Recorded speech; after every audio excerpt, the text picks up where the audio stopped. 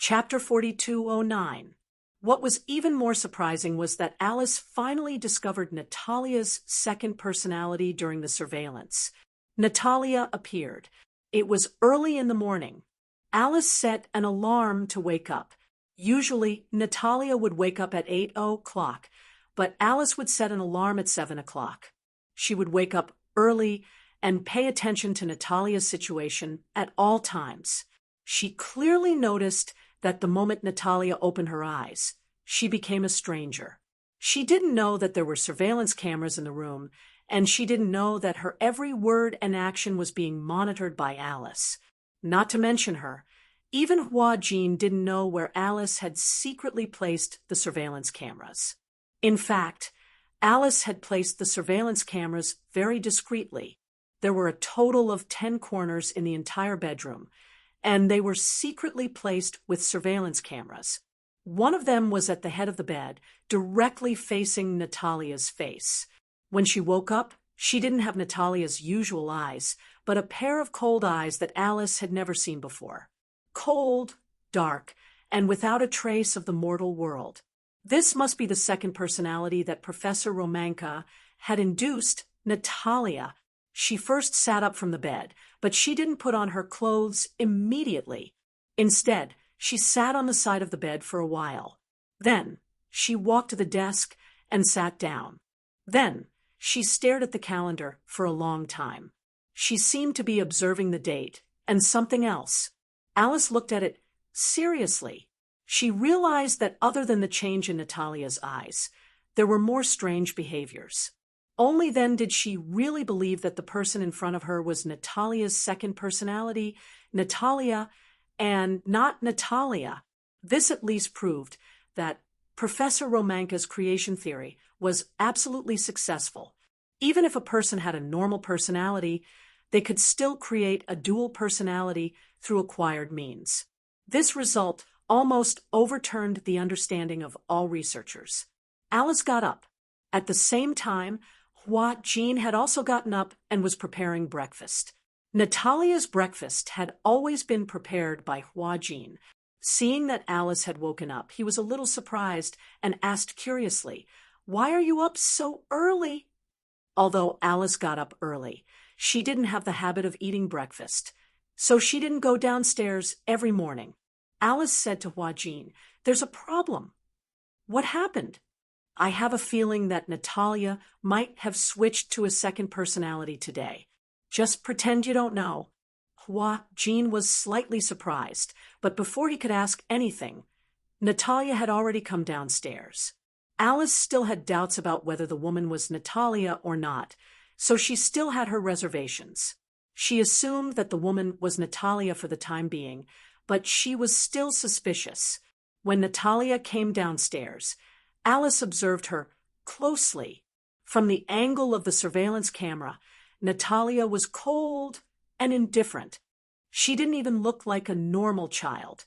But once she came downstairs, she showed Natalia's usual innocent expression. "Morning." She walked to the dining table and sat down obediently with an innocent expression on her face. "Are you still having ham and bread today?" Chapter 4210. I don't want to drink milk anymore. I'm tired of drinking milk every day.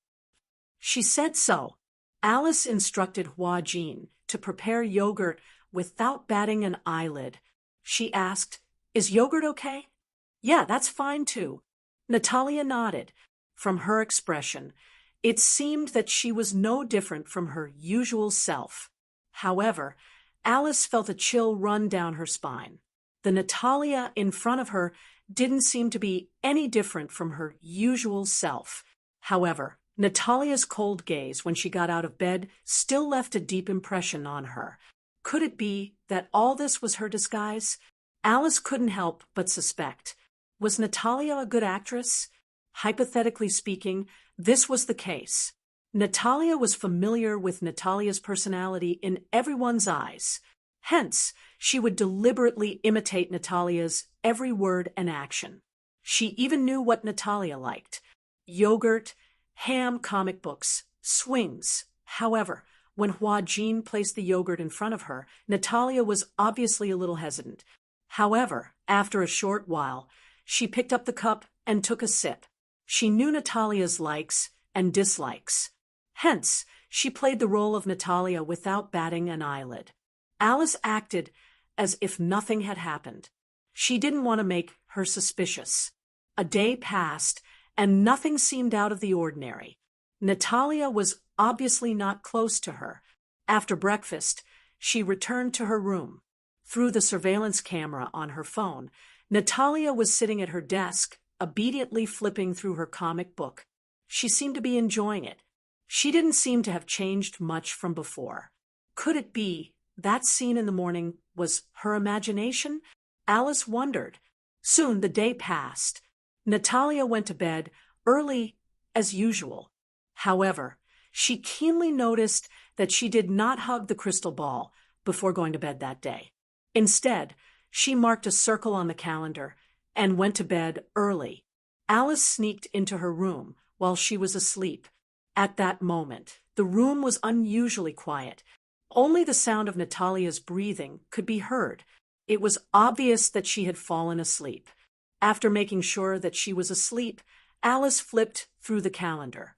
She was shocked to find that there were circles on the calendar. Not every day had one. On average, there were only 2 circles a week. At most, there were 3 circles. This phenomenon had existed tacitly for 2 months. Could she understand that this was a mark left by Natalia on the calendar? If Natalia was the one who woke up, she would leave a circle on the calendar as a mark. If that was the case, Natalia would appear about 9 times a month. These 9 times, however, Hua Jin did not notice it at all. Did this mean that Natasha's research was so godlike that even the people around her did not notice this detail? Alice couldn't help but feel terrified. So why did Natalia copy Natalia's every word and action? What was her purpose in doing this? Was to disguise herself? Could it be that this was a way to protect himself? Then, if the hypnosis was real, what was Natalia's purpose for hypnotizing Hua Jin and Gong Fan? More importantly, a child, even if it was a created second personality, what methods did she have to know hypnosis? Chapter 42:11. Before this, Alice had the habit of communicating with Hua Jin every day. Usually, it was over the phone to find out about Natalia's situation and changes. However, Hua Jin said that there was nothing out of the ordinary. That meant that there was a big problem. There were too many things that needed to be uncovered. Alice suddenly realized that Natalia might be hiding many secrets that no one knew about. The next day, when Natalia woke up, Alice discovered through the surveillance that it was the other personality, Natalia, who had woken up, and not Natalia. As soon as she walked downstairs, she skipped over to Hua Jin and asked with a smile, "Can I go and play with you today?" You?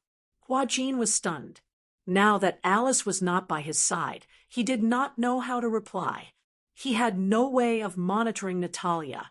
Usually, the phone that was connected to the surveillance camera was kept by Alice.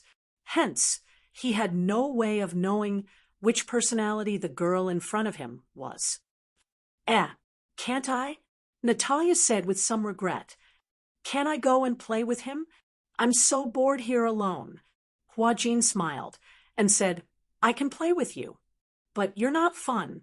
Natalia sat at the dining table and held her head dejectedly. She pouted and said, "Also, with this Annie around, I feel very uncomfortable."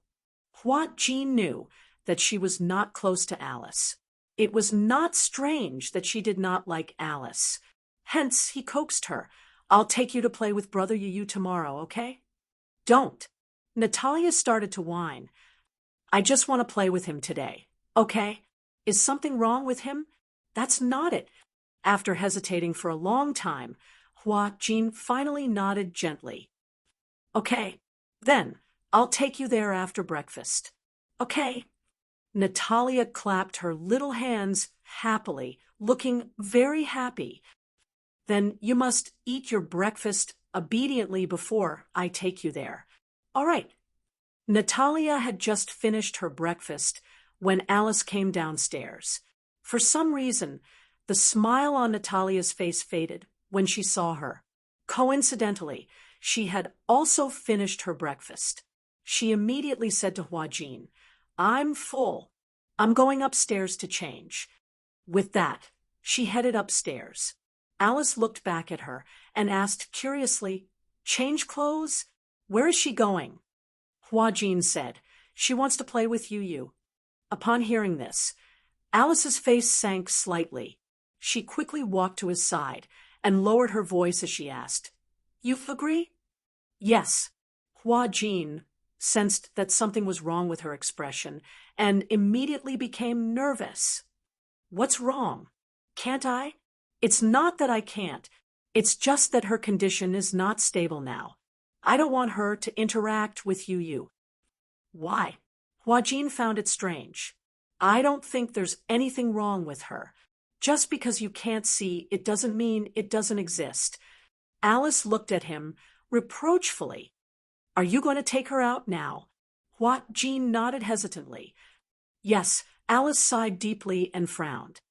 How could she let Natalia and you be alone together? Naturally, she was afraid that something would go wrong. Huajin studied her expression and asked tentatively, "Then, should we reject her?" Chapter 42:12. Forget it.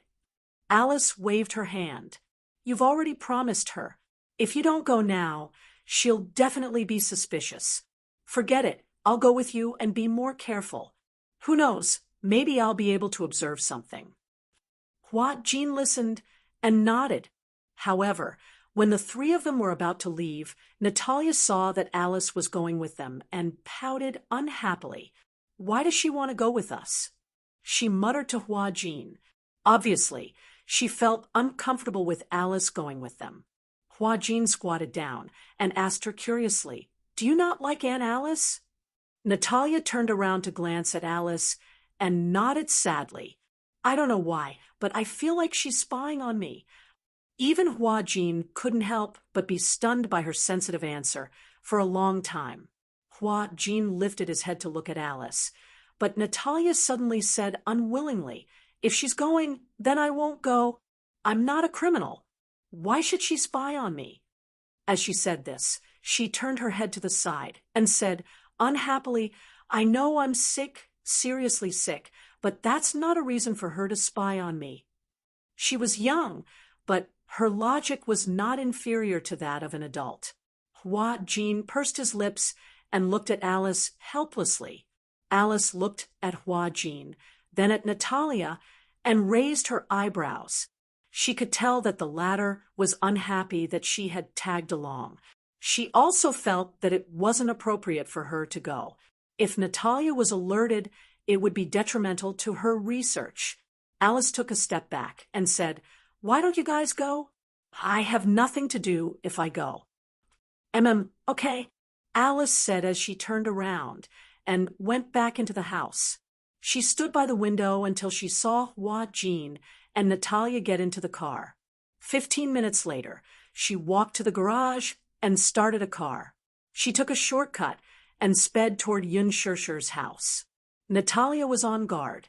Alice's sixth sense told her that the child was Natalia, not Natalia. Therefore, she absolutely could not sit back and do nothing. Because they took a shortcut, Alice arrived at Yun Shirshir's house before Huajin did. Yun Shirshir knew that Huajin and Natalia were coming, so she started preparing an exquisite lunch early in the morning. When she saw that Alice was also here, she was surprised. "What happened?" She looked at Alice and saw that she had come alone. She was a little confused. "Where are Huajin and Natalia?" "That little girl is on guard against me. She didn't want me to come with her, so I came secretly. She said that she wanted to play with Yu. I was also worried that she would interact with you alone. I want to talk to you alone." Yun Shirshir immediately nodded when she heard this. Okay." Alice went up to the study on the second floor. You was reading in the study. Alice knocked on the door and walked in. You was a little surprised to see her. Alice? Shoo. Alice walked up to him, looking a little serious. You was stunned. What's wrong? You don't look well. Did something happen to Natalia? Chapter 42:13.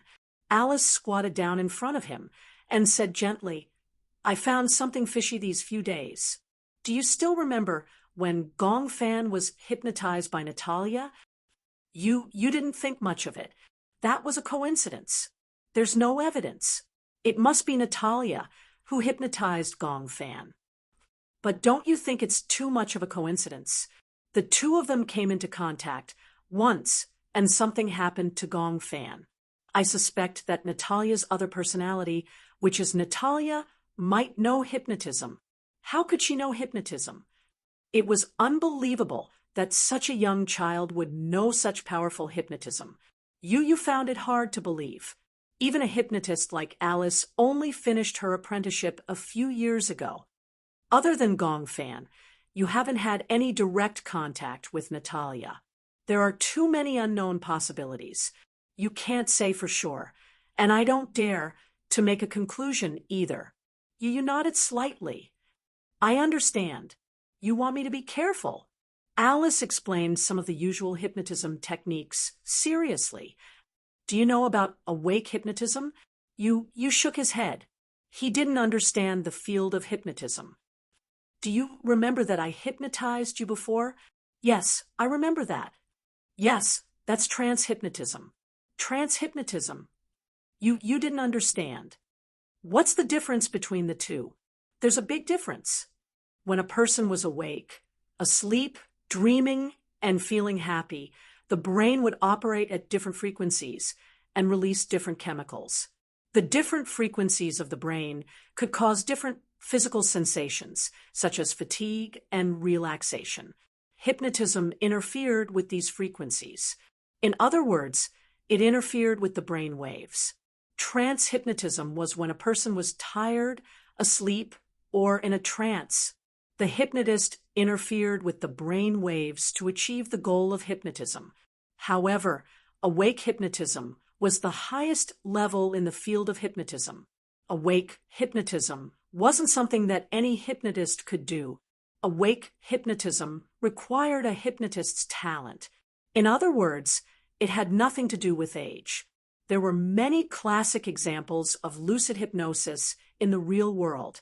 For example, when people saw red, they would immediately think of the national flag and blood donation. When they saw yellow, they would think of sunflowers. Then, when red and yellow were together, they would think of McDonald's. This was the sober hypnosis used in commercials. As for the general public, there was no lack of a minority who accepted such clear-headed hypnosis suggestions. Alice suspected that Natalia had used sober hypnosis on Gong Fan. However, she wasn't present at the time, so she didn't know what had happened. But after Gong Fan saw Alice once, he never returned to this body. Did he? You nodded. After hearing what he said, he also felt that this was a little too suspicious. Then, what is her goal? Yu's question stumped Alice. Even she could not be sure why Natalia would do that, and why she would use lucid hypnosis. She had thought of many possibilities, but none of them could be valid. However, her sixth sense told her that there must be something that she had missed. However, I don't understand. What's the benefit of Natalia hypnotizing Gong Fan? Chapter 42:14. I don't know. But I think there is something suspicious. Yu blurted this out of the blue. When Alice heard this, she was surprised. Go ahead. Professor Romanka worked so hard to cultivate Natalia and used her as an experimental specimen. Why did he let us take Natalia away so easily? Don't you think it's suspicious? Alice was stunned. Yu looked at her and said, I think the real suspect is Professor Romanka. Do you think it's possible for someone else to control her personality? Well, I can't tell you now. Maybe it sounds like a fantasy story, but I do think it's suspicious. Maybe I'm just imagining things. Alice was at her wit's end. But now was not the time to talk about this. Alice looked dispirited. I don't know what went wrong. Anyway, you have to be careful when you interact with Natalia. For example, if you feel tired, don't look into her eyes, her expressions, and her movements. Is it so scary? You was puzzled. Even if I'm not asleep, I can still be hypnotized by her. If you feel tired, that's when your brain waves are at their weakest. It's also the time when you are most susceptible to interference. You nodded seriously. Okay, I understand. Downstairs, the sound of a car engine could be heard. Alice sensed that someone had arrived. She said to you, I'm going to the room upstairs. If anything happens, let me know, okay?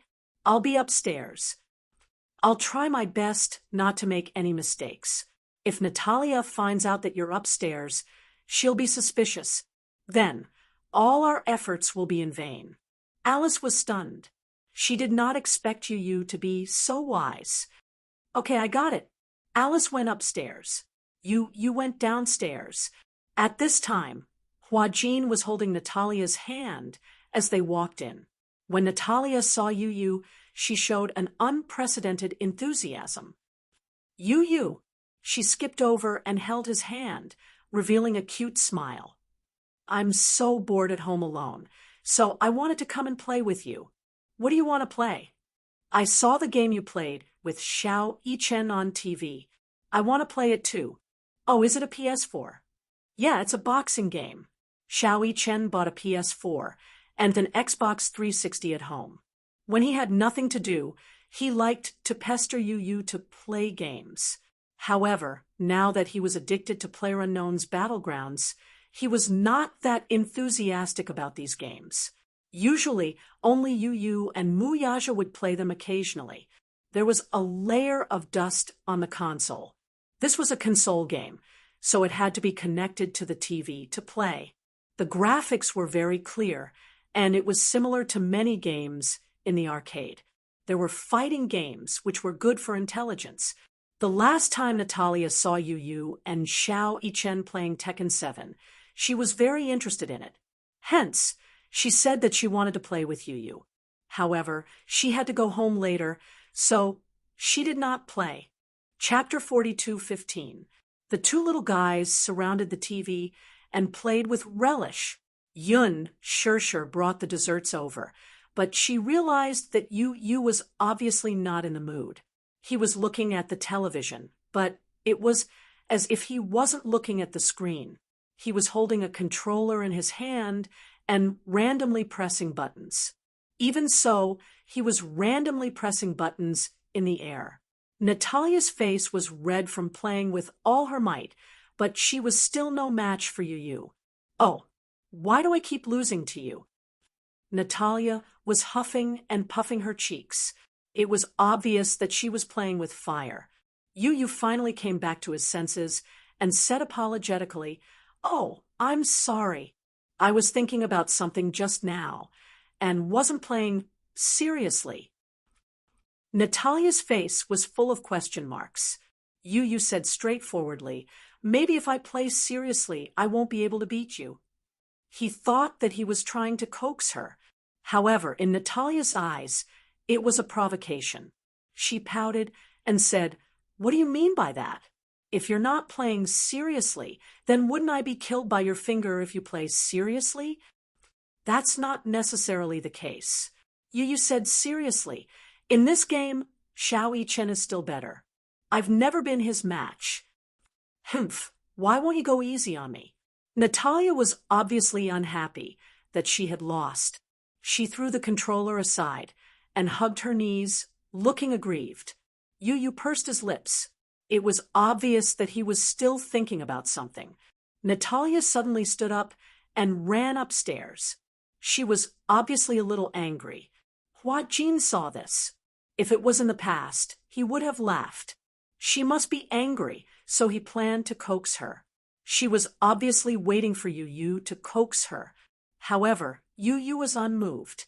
He knew what Natalia's motive was. He could even imagine that she was waiting for him to coax her. Alice had previously warned him not to be alone with Natalia. He shouldn't create this opportunity, and he shouldn't let it happen. Yu suspected that Natalia wanted to play the game with him, so that she would lose on purpose and run to the room to wait for him to find her. This way, the two of them would have a chance to be alone. He believed Alice's warning. Hence, when Natalia ran upstairs, he didn't do anything. He switched to the game disc and started playing casually. Time passed by slowly. Upstairs, Natalia couldn't take it anymore. She initially thought that Yu would not bear to see her go upstairs in a fit of pique, so he would follow her upstairs and coax her. However, after waiting for so long, she still didn't see anyone. She felt strange. Alice's guess was right. The Natalia in front of him wasn't Natalia at all. She was Natalia who had taken over her body. She had tried so hard to be alone with Yu. Alice had already seen through her and told Yu in advance. Yu naturally believed her. He didn't believe that Alice would harm him. However, he had already felt that there was something wrong with Natalia. Natalia couldn't sit still anymore. She carefully pushed open the door to the room and felt her way to the staircase. From her angle, she saw Yu sitting on the sofa in the living room. He was holding the controller and looking at the game calmly. She widened her eyes in surprise. He seemed to be unmoved by her anger. In fact, he looked cold. What was going on? Chapter 42:16. Natalia could tell that Yu had special feelings for Natalia. It was not the kind of pure friendship between children. It was not exactly love either, but she could not pinpoint exactly what kind of feelings it was. She only knew that Natalia had a special place in the boy's heart. She took advantage of this. Natalia secretly bit her finger. She was close to the time limit that Professor Romanka had set for her. She had to complete this task as soon as possible. Otherwise, she did not know how to explain it to Professor Romanka. Yun Shirshir walked from the kitchen to the living room. Out of the corner of her eye, she caught a glimpse of Natalia hiding in the corner of the stairs. She pretended not to see her and walked to Yu's side. She handed him a glass of fresh apple juice. Your favorite apple juice. Yu loved to eat apples. In addition, Alice had given Yun Shirshir a nutritional formula that required Yu to eat 3 apples a day to replenish his nutrients. Strengthening his physique was Yu's top priority now. However, just thinking about eating 3 big apples made his cheeks hurt. In the beginning, Yu could not insist on this at all. It was already hard enough to chew on 1 apple, let alone 3. He couldn't do it at all. Thus, Yun Shirshir thought of squeezing 3 apples into juice. It was sweet and sour, and Yu liked it too. This way, it would be the best of both worlds. When Yun Shirshir handed him the apple juice, she lowered her voice and said, "She is at the stairs, secretly watching you." Yu heard this and took the apple juice without batting an eyelid. He also secretly looked in the direction of the stairs.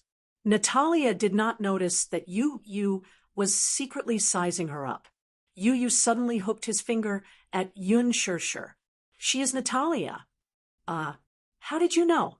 "Alice told me." Yu continued. "Alice did not allow me to be alone with Natalia. She was worried that Natalia knew how to hypnotize people." Hypnotize people. Yun Shirshir heard this, and her heart trembled. She recalled that time when Yu was hypnotized and his personality was sealed. She even thought that Yu's personality would never come back. Therefore, she was very nervous and could not help being careful. "Don't be nervous." Yu said, "I will protect myself. Just pretend that you did not hear anything." "Okay." Yu and Yun Shirshir acted, and Hua Jin was focused on Yu's game, and everyone seemed to be ignoring Natalia. Natalia was especially upset. Could it be that she had been seen through? Impossible. She had tried very hard to imitate Natalia's words and actions. How could she be seen through? However, Yu Yu's attitude towards her had turned cold. That was a fact. Natalia went back to the room. After waiting for a while, she fell asleep without realizing it. Alice was on the third floor. She sent a WeChat message to Hua Jin. Hua Jin replied that he had gone to the room to take a look and found that Natalia had fallen asleep. Hence, Alice said, "Let's take her home while she's asleep." Why? What if she wakes up? She won't wake up. Once a child of her age falls asleep, she won't wake up so easily. Chapter 42:17. Hua Jin carefully carried Natalia into the car and went home early. Alice finally came down from upstairs. When Yu Yu saw her, he immediately stood up and said without hiding anything, "I've noticed it too. Natalia's second personality is called Natalia, right?" "Yes, I remember mentioning this name to you. She seemed to be able to create an opportunity to be alone with me today." Yu Yu frowned. "What's going on? Have you finally noticed what's wrong with her?" Alice said honestly, "There aren't many clues now. I'm worried that Natalia's second personality is too shrewd and will realize that I'm observing her sooner or later. In this way, if she raises her guard, I won't be able to notice anything fishy about her." "Then are you sure that Gong Fan's disappearance has something to do with her?" When Alice heard this, she took a deep breath and said in a low voice, "I'm sorry, I'm not sure. I'm just suspecting. But I feel that the possibility of it being related to her is very high. That's why I hope that you'll raise your guard, so that you won't make the same mistake again." When Yun Shirsher heard this, she couldn't help but hug Yu Yu tightly. Yu Yu looked up and saw Yun Shirsher's forbearing gaze. He turned around and said to Alice, "How do you know about Gong Fan's current situation?" Alice was stunned. "What do you mean?" "You also know that Gong Fan has disappeared for too long. Did he really disappear, or did something happen because of Natalia? Is she in danger? I want to ask you to help me find him." When Alice heard this, she was surprised. She said half jokingly, half seriously, "Isn't Gong Fan's disappearance good news to you?" When Yu Yu heard this, he was in a daze for a long time. Then he lowered his head and said in a low voice, "In the past, I probably thought that if Gong Fan suddenly disappeared without a trace, it would be something to be happy about. At least, his departure wasn't accompanied by too much pain. But now, I don't think so." "Why?" Alice didn't know if she should ask, but she still wanted to know more about Yu Yu's feelings. Yu Yu said honestly, "Whether it's him or me, we're all part of this life. Without him, I'm not me, and without me, he's not him. We was the name, the miracle that was formed. I couldn't lose him. Mommy couldn't lose him either. Yueyao couldn't lose him. Xiao Yichen couldn't lose him either. If he was so important, why did he disappear just like that? In the past, I felt that he had occupied my body for too long, so I couldn't spend more time with Mommy. Now, if he can hear me, I want to say that I'm willing to sacrifice more time for him to come back. If he's willing, I can let Mommy tell him a bedtime story every night and sing to him." As Yu Yu spoke, her tears fell unknowingly. When Yun Shirsher saw this, her heart felt like it was being stabbed by a knife. Her heart ached as she hugged him. "Yu Yu, don't be sad. How can I not be sad?" Chapter 42:18. Yu Yu suppressed his sadness and said he didn't say goodbye and left without saying goodbye. No one knows where he went. Every night, I would call his name repeatedly before I went to bed, but he didn't seem to hear me. I was thinking, where did he go? Did he not want Mommy and me anymore? He made Mommy sad. I hate him. Yun Shirsher was helpless and sad. She secretly wiped his tears and said, Yu Yu, don't be so sad. You still said, angrily, if he doesn't come back, then forget it. He won't. She cupped his little face and rubbed against it affectionately. If he doesn't come back, it's okay too. But Mommy must really want him to come home. Yu looked into her eyes seriously. That day, I heard everything. Yu lowered his eyes in disappointment. Mommy must miss him a lot, right? I didn't protect him well. It's my fault. Alice furrowed her brows, feeling a little sad. We can't make a conclusion too early. No one knows what Natalia did to Gong Fan, but Gong Fan's personality shouldn't disappear so easily. You looked at her in surprise. How can you be so sure? If Gong Fan's personality disappeared so easily, the field of multiple personality disorder wouldn't be one of the most complicated topics in the world. There are countless people with multiple personality disorder who haven't been cured. If the problem can be solved so easily, it doesn't exist at all. Alice continued. Moreover, Natalia has multiple personality disorder. She's a patient herself. How can she cure other patients? When Yu heard this, he asked tentatively, so you're saying that Gong Fan's personality can't disappear? With the clues and scientific evidence I have now, it's impossible for him to disappear. Alice gave a definite conclusion. When Yu heard this, his brows finally relaxed. He suddenly said, if you need to do research, I can do it any time. Since you said that there's a problem with my body, then if you want to study it, I can do it any time. Alice was a little embarrassed and said, I want to, but your mommy is not very assured. If I really want to study you, I'll need your guardian's permission. Yun Shirshir looked hesitant, even though he was now so familiar with Alice, even though the woman in front of him had once saved Gong Jie's life, and was absolutely a trustworthy person. However, she was still worried and would not easily hand Yu over to her. I'm worried. Yun Shirshir did not hide anything, and said frankly, I didn't know that you would do such research on him, but I can't be at ease if I just hand Yu over to you. Alice shrugged innocently with a helpless expression on her face. It was as if his gaze was saying, your mommy will have to be convinced by you. I don't have the right to do it without her consent. You knew very well that Yun Shirshir was worried about him. After all, they had been through so many life and death separations. She was not willing to take any more risks. It was not that she was worried about Alice. She was worried that you would be separated from her again because of some unforeseen event, or that he would not acknowledge her as his mommy like before. Chapter 42:19. Mommy, if you're by my side, then it'll be fine. Yu gently tugged at her sleeve and asked cautiously, let's try it once. Let's try it once, okay? Yun Shirshir looked at Yu hesitantly, and then looked at Alice. Alice placed her hand over her heart and said earnestly, don't worry, I won't dissect you. I'm only using the sleep test and hypnotizing method to find out more about Gong Fan. Yun Shirshir hesitated for a while and finally nodded reluctantly. Alice hadn't expected her to agree. When Yun Shirshir nodded, she was stunned. She had thought that Yun Shirshir would reject her again, but she hadn't expected her to agree. She was stunned for a long time before she came back to her senses. Yun Shirshir said to her seriously, I trust you because you trust you too. Okay, I understand.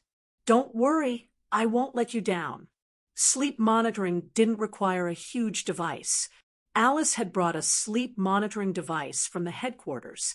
That night, she rushed over early with the device. In the room, she instructed Yu to lie on the bed and put on a sleep monitoring headrest for him. She turned on the power, and his brain waves were displayed on the small screen. What's this? These are your brain waves. Then, is there any explanation for the sleep monitoring? Yu suddenly felt that he hadn't asked the right question. He asked again, why do you want to monitor my sleep? It monitors the frequency of your brain waves when you sleep. From the details of the frequency, we can find many problems. Alice then said to him, Go to sleep. I can't sleep now. Alice was stunned. Your mommy said that you usually sleep at this time. But wearing this device doesn't seem comfortable. You fiddled with the device on her head and frowned. It feels quite uncomfortable. Alice carefully adjusted it for him again. How about this? That's much better. Yun Shirshir quickly walked into the room. When Yu saw her, his eyes lit up. Why don't I ask Mommy to tell me some stories? Maybe I can fall asleep this way. You don't have to tell me a story, just close your eyes. I want to monitor the quality of your sleep, including the degree and time of your sleep, Alice said. When Yu heard this, she felt bored and told her honestly, usually it's Mommy who tells me stories. If I don't listen to her stories, I'll feel uncomfortable. This means that you rely too much on your mommy. Can your mommy tell you bedtime stories for the rest of your life? As Alice said this, she pushed him and urged him, close your eyes and sleep. When Yu heard this, he sighed like an old man and gently closed his eyes. When he lay down, he looked at the ceiling and closed his eyes slightly. Although he squinted his eyes, he didn't feel sleepy at all. Alice asked, don't you want to sleep? Yeah, I can't sleep. Yu mumbled. Although his eyes were closed, his eyelids were twitching violently. Relax. Alice turned her head and looked at the monitor. On the screen, the frequency was jumping violently. This meant that Yu's mind was filled with thoughts, and he was thinking about something. No wonder he wanted to listen to Yun Shirshir's bedtime stories. Chapter 42:20. Do you let your thoughts run wild every night before you go to bed? Yes. What do you think about? Yu closed his eyes. He answered Alice's questions without holding anything back.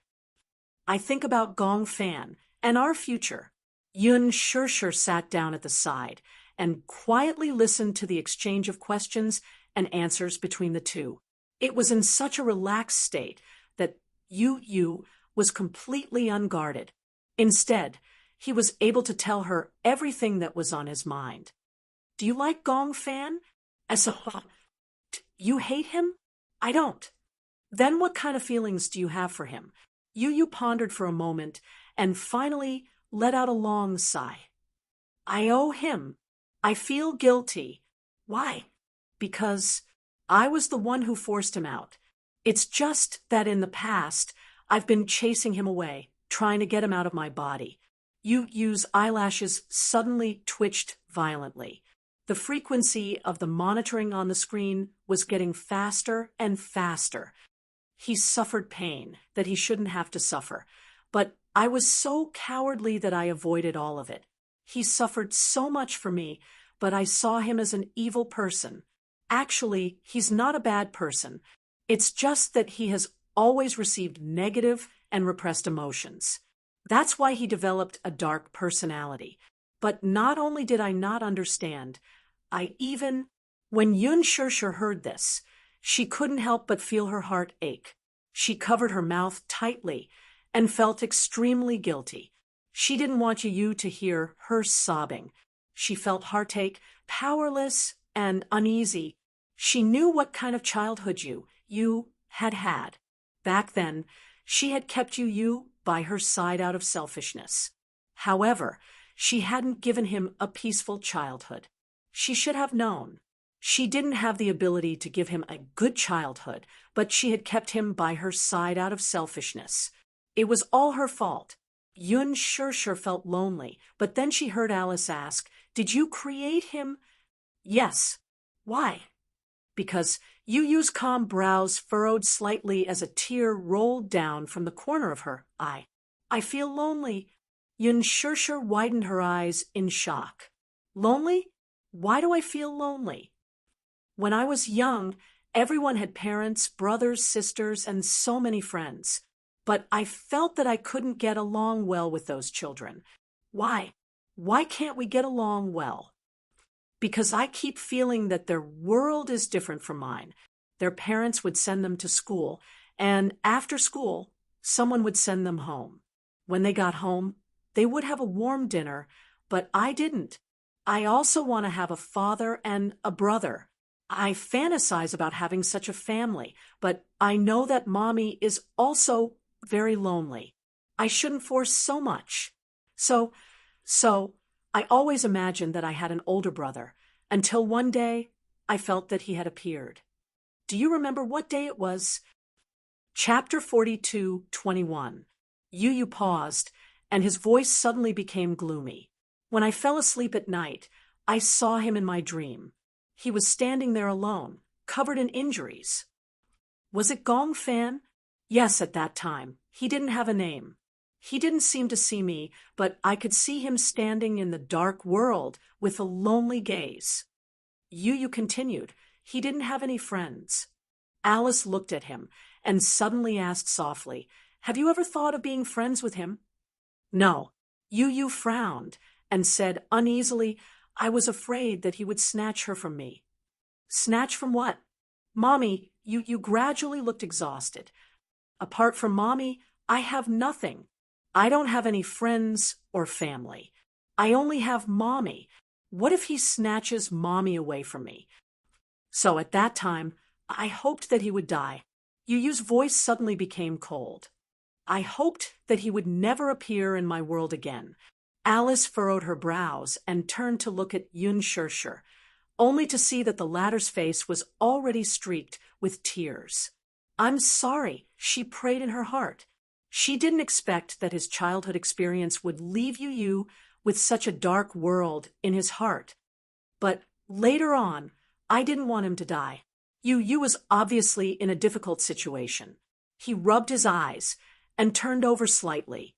Alice immediately adjusted the blanket for him. "Why didn't you want him to die?" "Because Mommy seems to like him a lot." Yu said seriously, "I also feel very guilty towards him. If it wasn't for him, I wouldn't have been able to bear the pressure of the darkness. I feel that Gong Fan is a real strong person. He stands in the dark and is so calm. He has suffered so much for me. It would be too cruel for me to chase him away. Mommy also loves him and loves him. So I hope that he will stay. When we were young, he bore so much for me. Now that I'm bearing this for him, it's not worth mentioning. Actually, if you had told your Mommy about what had happened to you back then, you wouldn't have had to go through all this." You suddenly sighed helplessly. "I don't want that. I don't want Mommy to know about this." His resolute tone surprised Alice. "Why?" "Because I happened to hear Mommy and Grandpa mention that she regretted keeping me by her side. Perhaps it was because she saw that I didn't have a good childhood, so she wanted to send me back to Daddy's side and let me live a better life. If I let her know that I'm not doing well, she'll definitely send me away. You can't bear to leave your Mommy. Even if I die," Yu's lips parted, "I want to die in Mommy's arms too. I'm not going anywhere." When Yun Shirshir heard this, she stood up gently and walked to the balcony. She lowered her head weakly. After about a quarter of an hour, Alice also came out. She leaned against the railing and casually lit a cigarette. The smell of smoke drifted into Yun Shirshir's nose, but she didn't find it pungent. She even gasped and choked a few times. "Why did you come out?" Alice raised her eyebrows. "You can't bear it." When he said those words just now, what kind of state was he in? Chapter 42:22. Goodness gracious. Yun Shirshir was extremely vexed. What had she done? You was still so young. Why did he have to go through such a cruel experience? "It's all my fault." Yun Shirshir covered her face sadly and said in a daze, "At that time, I shouldn't have kept him by my side out of selfishness. I clearly didn't have the means to give him a wonderful childhood. I shouldn't have brought him back. It's all my fault. It's all my fault." Alice looked at Yun Shirshir's sad expression and felt her heart ache. She didn't have a child, but she could understand this feeling. She imagined that she wanted to give him the best thing in the world. However, the reality was She didn't have the ability to do so. Alice smiled helplessly and said plainly, "Who said that you didn't give him the best thing in the world?" Yun Shirshir looked up with tears in her eyes and looked at her in surprise. Alice smiled. "To him, aren't you the best thing in the world?" Yun Shirshir was stunned. She opened her mouth in surprise. When she came back to her senses, she gently wiped away her tears. When she heard the conversation between Yu and Alice while he was half awake, she felt heartbroken. However, when she heard what Alice said now, she felt a little conflicted. Don't give him what he thinks is good, and don't blindly put all the blame on yourself. Life is irreversible. Everything can't be overturned. Accept everything calmly. Thank you, Yun Shirshir said. To think that I was still wary of you. I didn't expect you to be so much more mature than me. If you care too much about someone, you'll naturally be confused. As Alice said this, she flipped through the printed monitoring report and took a drag on her cigarette. Yun Shirshir looked at it. There were all kinds of complicated lines on it. She couldn't understand it and asked curiously, "What is this?" "This is the frequency of his sleep quality. This is before he fell asleep, and this is after he fell asleep." Alice pointed at the paper and said to her, "Did you notice that after he fell asleep, the frequency of his brain waves became stronger?" "What does this mean?" "This means," Alice frowned and said, "this means that his sleep quality is very poor." "Poor sleep quality?" "Yes," Alice said. "Patients with dual personality are most afraid of poor sleep quality. If the quality of sleep was not good, the negative mental pressure would be too strong, and it would be very easy for one's mental power to collapse. A person's willpower was often very weak. Sometimes it could be very strong and seemingly indestructible, but often the more indestructible a person looked, the easier it was for a straw to crush him. Therefore, having a good sleep quality was also the only way to maintain a good mental state. When people don't sleep well, it's easy for them to get anxious." Yun Shirshir nodded. "No wonder. I also felt that Yu's mental strength had become very poor recently. During the day, he was always depressed and looked like he had a lot on his mind. Yu is very dependent on you. But this kind of dependence might not be a good thing. Sooner or later, he will have his own family. If he continues to rely on you like this, it won't be a good thing." Chapter 42:23. Yun Shirshir nodded solemnly. "I know that too. I also feel that he shouldn't rely on me so much. However, Yu is already much more independent than before. Actually, I can understand the bond between the two of you. After all, for a very long time, at least since he was born, you have always been by his side. Hence, his dependence on you can't be replaced by anyone else. Similarly, your dependence on him can't be replaced by anyone else. But have you ever thought that he can't rely on you for the rest of his life?" Yun Shirshir hummed in acknowledgement. "I understand now. However, the most important thing now is to find out what exactly happened to him. Do you want Gong Fan to come back?" Alice asked seriously. Yun Shirshir didn't answer immediately. Instead, she looked at her hesitantly. Alice sighed. "I can tell that you are very hesitant. On one hand, you can't bear to part with Gong Fan. On the other hand, you don't want to be a burden to Yu, right?" "Yes." "Yu only feels guilty towards Gong Fan. What about you? Apart from guilt, is there anything else?" Alice's question made Yun Shirshir fall into a daze. In her mind, she seemed to have already imagined Gong Fan snuggling in her arms and hugging her helplessly. She still remembered that in front of others, he had always been arrogant and unruly. Only in front of her, there was a hint of vulnerability that others couldn't detect. "Mommy, don't ever leave me behind." He was afraid that she would leave him behind. Yun Shirshir understood that the choice was in her hands now. Did you really care that much about Gong Fan? Not necessarily. He probably felt more guilty towards Gong Fan. However, more than that, he was afraid that she would be sad. You probably had many ways to make Gong Fan disappear and send him to the land of exile. Even if Gong Fan was unwilling to leave, if she said, "I don't want you anymore," Gong Fan would definitely leave disheartened. But the most contradictory thing was that she would rather Gong Fan live in her world than in Yu Yu's. If it were her, she would be willing to bear all the pain. However, if it was Yu Yu, she couldn't bear to let you carry so much burden. She also had no right to interfere with Yu Yu's thoughts. If Yu Yu was unwilling to coexist with Gong Fan, then it would be meaningless for her to force him.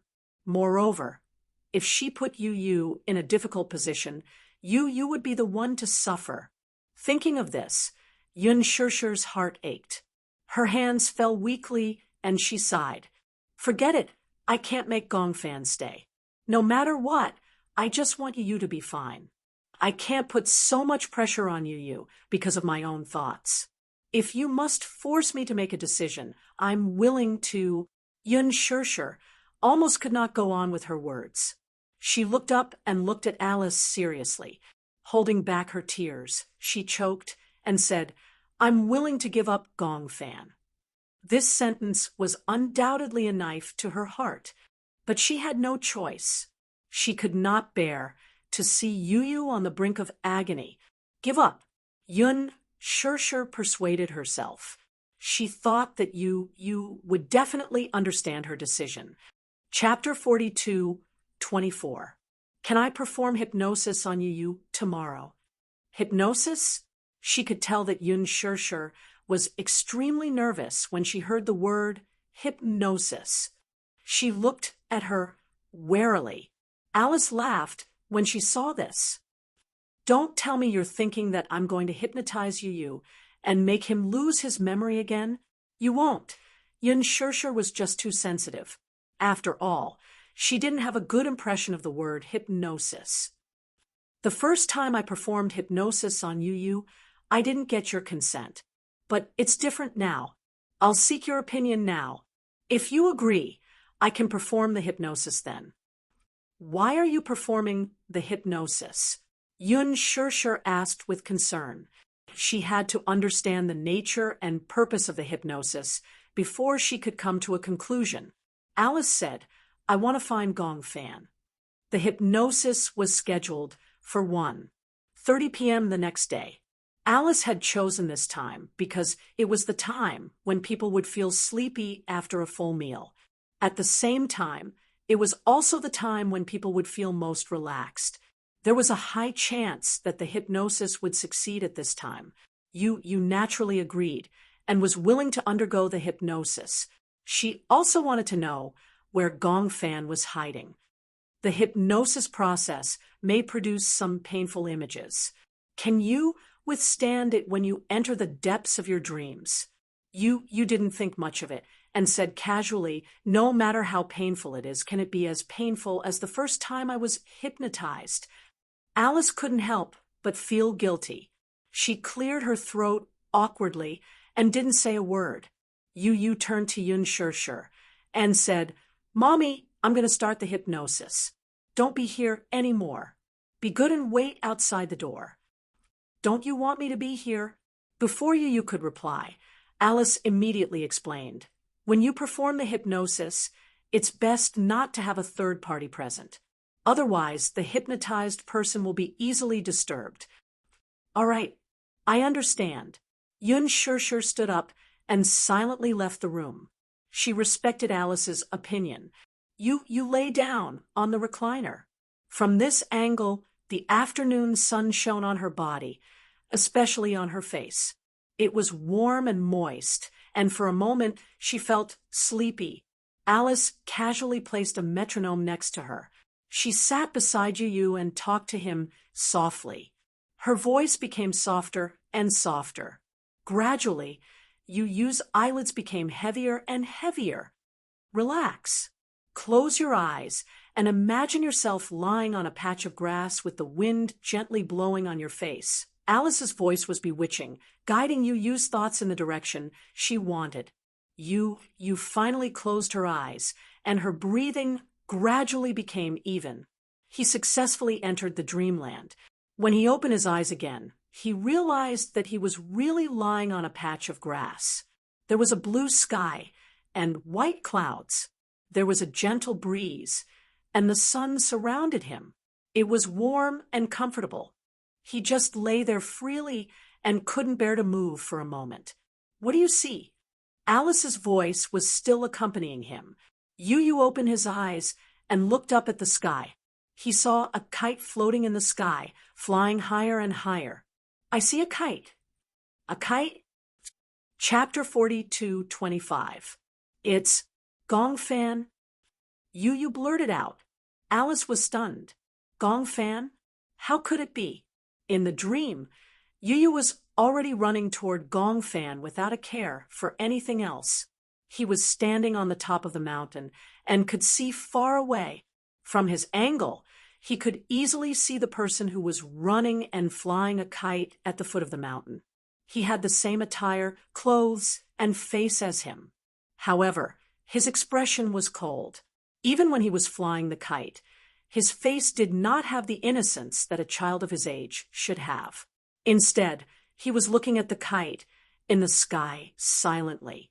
From time to time, he would step back and tug gently. "Gong Fan." You did not expect to see him. He immediately ran towards him happily. "Gong Fan." He was getting closer. It was as if there was wind under his feet. He quickly came to Gong Fan's side and called out softly. Gong Fan seemed to have heard his voice. He turned around and looked at him coldly, but a sense of disgust appeared in his heart. "Why are you here?" His indifferent gaze was so unfamiliar that it made Yu freeze on the spot. Yu was surprised and distant. Although he did not have any direct contact with Gong Fan due to various reasons, at least they would communicate through the notebook. He could tell that Gong Fan was very friendly to him. However, the child in front of him was different. His eyes were filled with hostility and coldness. "What's wrong with you?" Yu moved closer to him and tentatively reached out to touch him. "Don't touch me." Gong Fan flung his hand away and turned to leave. When Yu saw this, he was stunned for a moment and immediately chased after him. However, just as he took a few steps, it was as if he had crossed a boundary. The entire world instantly turned dark. "Gong Fan." "Yu?" Alice held Yu's hand and kept calling him. However, Yu did not respond. She widened her eyes in shock. She did not expect her hypnosis to go out of control for the first time in history. Could Yu not hear her voice? No, she had to end this hypnosis. Alice would not allow anything to go wrong with this hypnosis. "I'll count to 3. Yu, wake up and walk out. 3, 2, 1. She played the metronome gently and snapped her fingers in front of Yu's face. "Wake up." There was still no reaction from the boy after a long while. Alice stood up abruptly in frustration. Oh, no, it seemed to have gone out of control. How could this happen? Could it be that Yu had been lured into a dream that she could not enter? In the dream, Yu was in a dark world. It was like a void of chaos. He could not see anything clearly. He forced himself to calm down quickly and looked around. It was as if he was standing on top of an abyss. At first glance, it was like a bottomless black hole. He could not see the end. He tried to take a step forward. However, he stepped on nothing, and his body suddenly fell. He felt a strong centrifugal force. He felt as if he was falling towards the end of the abyss. It was a dream. It was a dream. It was a dream. As he fell, he kept telling himself that it was a dream and that he should not believe it. Once he believed that it was a dream, he would be trapped in it. Chapter 42:26. This is a dream. Don't believe everything in a dream. However, even though he kept warning himself, he could still hear the howling of the wind. He could even feel his face being scraped by the wind. He suspected that this was not a dream and could not help but waver. He couldn't tell if this was a dream or reality. Just as he wavered, he suddenly saw a murky black river at the end of his vision. He did not even have time to call for help before he fell into the river and drowned. The moment he hit the water, he felt as if his head was about to split open. The feeling of drowning was so real that it could not be explained. It was as if he was drowning in real life.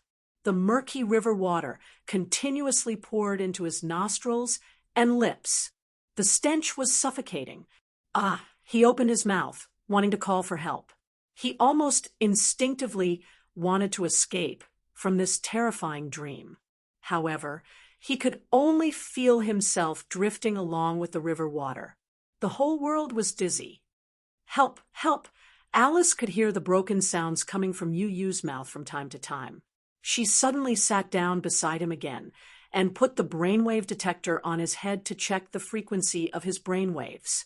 When she saw that the frequency of his brainwaves in reality on the screen had become chaotic, she felt uneasy for a moment. How could this be? Yu-Yu, Alice held his hand tightly, trying to let him feel her strength. Wake up, wake up. What you see is a dream. It's a dream that doesn't exist. Gong Fan. You suddenly cried out in surprise. His voice was hoarse, but a name came out clearly. In the dream, he drifted along with the river water to a deserted place. The river water gradually became shallow. He crawled to the shore pathetically. Just as he grabbed onto a rock by the shore, he suddenly heard a series of cold footsteps. Rustle, rustle. Yu heard the sound clearly. He looked up in shock and saw Gong Fan walking toward him with a numb face. He was shocked to find that Gong Fan was hiding a sharp dagger in his hand. He was so scared that he suffocated and instinctively said, Gong Fan. Gong Fan walked towards him without saying a word, without making any sound. However, Yu was keenly aware that this Gong Fan seemed to be a little different from the real Gong Fan. His face was cold and his eyes were dark. There was not a trace of life in them, as if he was a walking corpse. What are you doing? Yu kept retreating. Seeing that Gong Fan was still closing in on him, he suddenly felt an inexplicable fear. He could actually imagine the sharp dagger piercing through his chest, causing blood to spurt out. No, don't. He suddenly crawled up from the ground, turned around and fled, and the footsteps behind him gradually quickened as he caught up. Yu was so shocked that she sucked in a breath of cold air and ran with all her might towards the end of the road. No, what are you doing? Even if this was a dream, it was too realistic. Even though Yu could still vaguely tell that the scene in front of him was a dream, it was beyond what he could bear. Even if it was a dream, he did not want to continue. Chapter 42:27. Yu kept running forward. His willpower was crumbling in such a scary dream. There was no way he could survive. Behind him, the sound of footsteps became more intense. You could even feel that the hurried footsteps were right behind him. How could this be? Could it be that the dream had started to collapse? Had it completely gone out of control? Don't come over. Don't. You kept waving his hands. His face was flushed red because of the suffocation. Yun Shirshir, who was outside the door, heard you mumbling uneasily. She opened the door a little and saw Alice frowning and looking at Yu in fear. She took a step forward and wanted to enter the room. Alice looked up at her and said, Shu, you can come in, but don't speak. Okay. Yun Shirshir walked into the room and saw Yu lying on the chair with a red face. Her heart ached, and she asked anxiously, what happened? The hypnosis is out of control. Out of control. Yun Shirshir almost shrieked out loud. She didn't know what it meant to lose control. But looking at Yu Yu's painful expression, even Alice couldn't imagine how Yu Yu could break free from the nightmare. The dream is out of control, Alice said with a serious expression. This means that I can't control his dream anymore. What does that mean? Yun Shirshir was confused. She only felt that Yu Yu was in a terrible situation. She was afraid that Yu Yu would end up like Gong Fan. She couldn't accept such a blow. Alice gasped. I suspect that he met Gong Fan in the dream. Yu Yu felt himself being pinned to the ground by a powerful force. He struggled with all his might and finally managed to break free. However, he saw a dead end right in front of him. Behind him, the strong force grabbed his collar again. Yu Yu turned around abruptly and finally saw the face of the person in front of him. Gong Fan stood expressionlessly in front of him, his hands gripping his collar tightly. His expression was filled with hostility. Gong Fan. It was indeed him. Yu was in disbelief. He had never thought that Gong Fan, who had always been friendly with him, would show such a terrifying side to him. What are you trying to do? Gong Fan stared at him coldly. Suddenly, his lips curled into a contemptuous smile.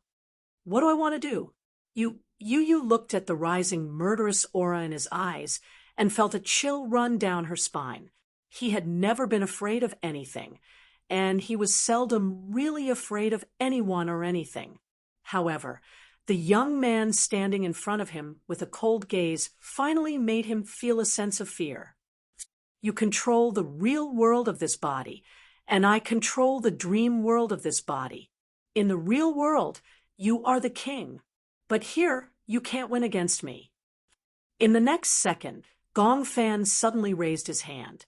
The sharp dagger in his hand suddenly glowed with a cruel light. No, Yu shook his head frantically. Don't do this. You can't do this. He didn't understand why Gong Fan had become so violent and cruel. This wasn't like him. Chapter 42:28. Puffed. You're not allowed to invade my territory. Gong Fan's eyes were red as he ruthlessly stabbed him with the knife. Even though it was a dream, the pain of having his chest pierced through was still heart-wrenching. It was so real that it could not be explained. Yu was in so much pain that he frowned and almost couldn't speak. He could only feel the sharp tip of the dagger piercing through his chest, as if it was going to pierce through his thin body, one stab after another until blood splattered everywhere. Yu woke up abruptly and opened his eyes. He took in a deep breath of cold air until his blurry vision gradually cleared up. He finally saw clearly. At that moment, he was lying on the bed with the ceiling light hanging above his head. Mu Yaja and Yun Shirshir were standing nervously in front of the bed. Alice was staring at him intently. She was drenched in cold sweat because of his repeated screams. You looked out of the window. It was already dusk. He fell asleep and unknowingly struggled in his dream for an entire afternoon. Even though he had slept, this dream made him even more exhausted. He leaned against the head of the bed, weakly, and his body was already drenched in cold sweat. Xiao Yichen sat by the bed and looked at his pale face. Her heart ached, and she felt uneasy. Yu was extremely tired. That dream was so real that he was still in a daze when he woke up. He recalled Gong Fan's ruthless and cold face in the dream and couldn't help but tremble. Yun Shirshir glanced at Alice. Seeing that Alice had acquiesced, she immediately walked up to Yu and hugged him tightly. Yu, did you have a nightmare? Don't be afraid. Mommy is here. Mommy is with you. Yu hugged Yun Shirshir weakly. He finally broke down, and tears rolled down his face. Yun Shirshir rarely saw him cry. When she saw his tears, she was even more helpless. What happened? Mommy, Gong Fan. Yu pursed her lips and said with difficulty, he wants to kill me. Yun Shirshir let out a short, and her eyes widened in shock. Alice immediately stepped forward and asked anxiously, "What did you dream of? Do you remember?" Yu refused to say anything. He buried his face in Yun Shirshir's arms and shook his head. "Don't ask. I don't want to say anything." Seeing this, Alice gave up. She turned around and said to Muyaja and Xiao Chen, "Shirshir is here to keep them company. Let's go out first. Let him calm down first." Xiao Chen pouted and said, "I also want to stay and keep you company." Yun Shirshir turned around and coaxed him gently, "Chen, be good. Go out first. It's fine with Mommy here." "Okay then. Mommy will keep you company." Xiao Chen was very obedient. With Yun Shirshir's words, he obediently left the room with Muyaja, although Muyaja did not say anything, and was not good at expressing concern verbally. Yun Shirshir could tell from his eyes that he was very worried. She smiled and said, "It's okay. I'll take good care of him. Don't worry too much." "Okay." Muyaja did not say anything else and left the room with Xiao Chen. Soon, only Yun Shirshir and Yu were left in the room. After a long time, Yun Shirshir finally could not hold back and asked worriedly, "What did you mean by what you said just now?" Chapter 42:29. You can tell Mommy what you dreamed of.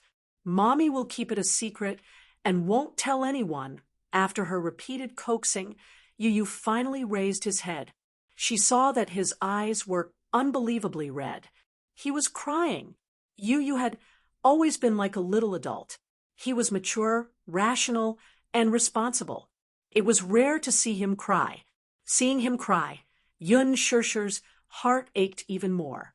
She hugged him tightly and said helplessly, "It's okay if you don't want to talk about it. Mommy is just too worried about you. He wanted to kill me, Yun Shirshir was secretly shocked, but on the surface, she maintained a calm expression. "Gong Fan, I dreamed that he was chasing me with a knife. Then he pressed me against the wall and stabbed me in the heart." Yu recounted in a trembling voice. Even though he didn't add too much detail, just imagining that scene made him shudder uncontrollably. Yun Shirshir found it hard to believe. However, since he said that it was a dream, she comforted him and said, "You said it was a dream. A dream is a dream. Don't take it seriously." "I kept thinking that just now." Yu sniffed. His voice was still broken. "But I still feel very scared. I keep feeling that although it was a dream, it was so real. I'm so tired, but I don't dare to sleep. I'm afraid that if I fall asleep, I'll have that dream again." "Mommy, you said that the person who stabbed me with a knife, was it really Gong Fan? You said it was a dream. A dream is a dream. Reality is reality. You can't mix the two together. Since it's a dream and you're awake, forget everything in the dream." "But, Mommy, my sixth sense tells me that that person was Gong Fan. He really wanted to kill me in the dream." When Yun Shirshir heard this, she couldn't help but hug him tightly. How can you kill someone in a dream? Even if a person dies 1,000 times in a dream, he won't die. But Yu was still feeling conflicted. That feeling was worse than death. "Mommy, that dream felt so real. No matter how much I told myself that it was just a dream and that I shouldn't believe it so easily, I felt so tired after having such a dream. Even breathing felt exhausting." When Yun Shirshir heard this, she felt as if a knife was being twisted in her heart. It was so painful that she almost couldn't breathe normally. She gently kissed Yu's forehead and said to him, "Yu, you have to be well. Mommy really doesn't know what to do." In front of him, Yun Shirshir felt a deep sense of powerlessness. She wanted to protect him, but she didn't know how. Ever since Yu was born, her life had never been peaceful. Ever since he was born, he had been in poor health. Then he found out about his dual personality. Yun Shirshir couldn't imagine how painful Yu's life was. However, what really made her heart ache was that you would rather bear such pain than let her know and make her worry. Alice said that you was very dependent on her. However, Yun Shir knew very well that she was even more dependent on Yu. She wanted to be close to him and understand what kind of life a person with dual personality lived. Because just listening to Yu's description was enough to make her tremble with fear. "I'm sorry," Yun Shir choked with tears and said, "Mommy didn't take good care of you, didn't protect you." Chapter 42:30. Yun Shir stayed in the room with Yu until it was late at night. Xiao Yichen entered the room. Even though Yun Shir didn't say anything, Yu could sense that Yun Shir was very tired. Hence, he stopped pestering her and urged, "Mommy, go to sleep." Yun Shir was still worried. She continued hugging him and showed no signs of letting go. Xiao Yichen saw this and said helplessly, "Mommy, you're obviously looking down on me. Don't worry, I'll keep Yu company. If he doesn't want to sleep, I'll play games with him. If he wants to sleep, I won't disturb him." Yu pouted and said, "I don't want to sleep and I don't want to play games." He had no interest in games. They were too retarded. However, he didn't want to sleep so early either. Even though he was very tired, and the afternoon nap had been even more tiring because of the nightmare, he still didn't want to sleep. He was worried that if he fell asleep, it would be a series of nightmares. He was afraid that his mental state wouldn't be able to withstand it. Xiao Yichen said, "Then I'll go to the study with you to read." "Okay." Yu said to Yun Shir, "Mommy, go to sleep. If you don't rest well, how can you take care of me? Don't worry, I'll be fine." Even though Yun Shir was still worried, she nodded reluctantly because Xiao Yichen was around. Moreover, she was also tired. Hence, she stood up and reminded Xiao Yichen to take good care of Yu. Then, she reluctantly returned to her room. After Yun Shir left, Yu didn't go to the study. Instead, he lay down on the bed and stared at the ceiling without saying anything.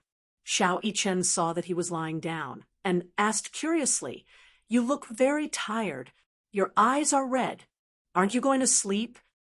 "I don't want to sleep. Afraid of nightmares." Xiao Yichen smiled. "I often have nightmares too, but no matter how realistic they are, they can't be real. I think it's probably because you're under too much pressure. That's why you're having nightmares with such strong negative energy." Yu turned to look at him.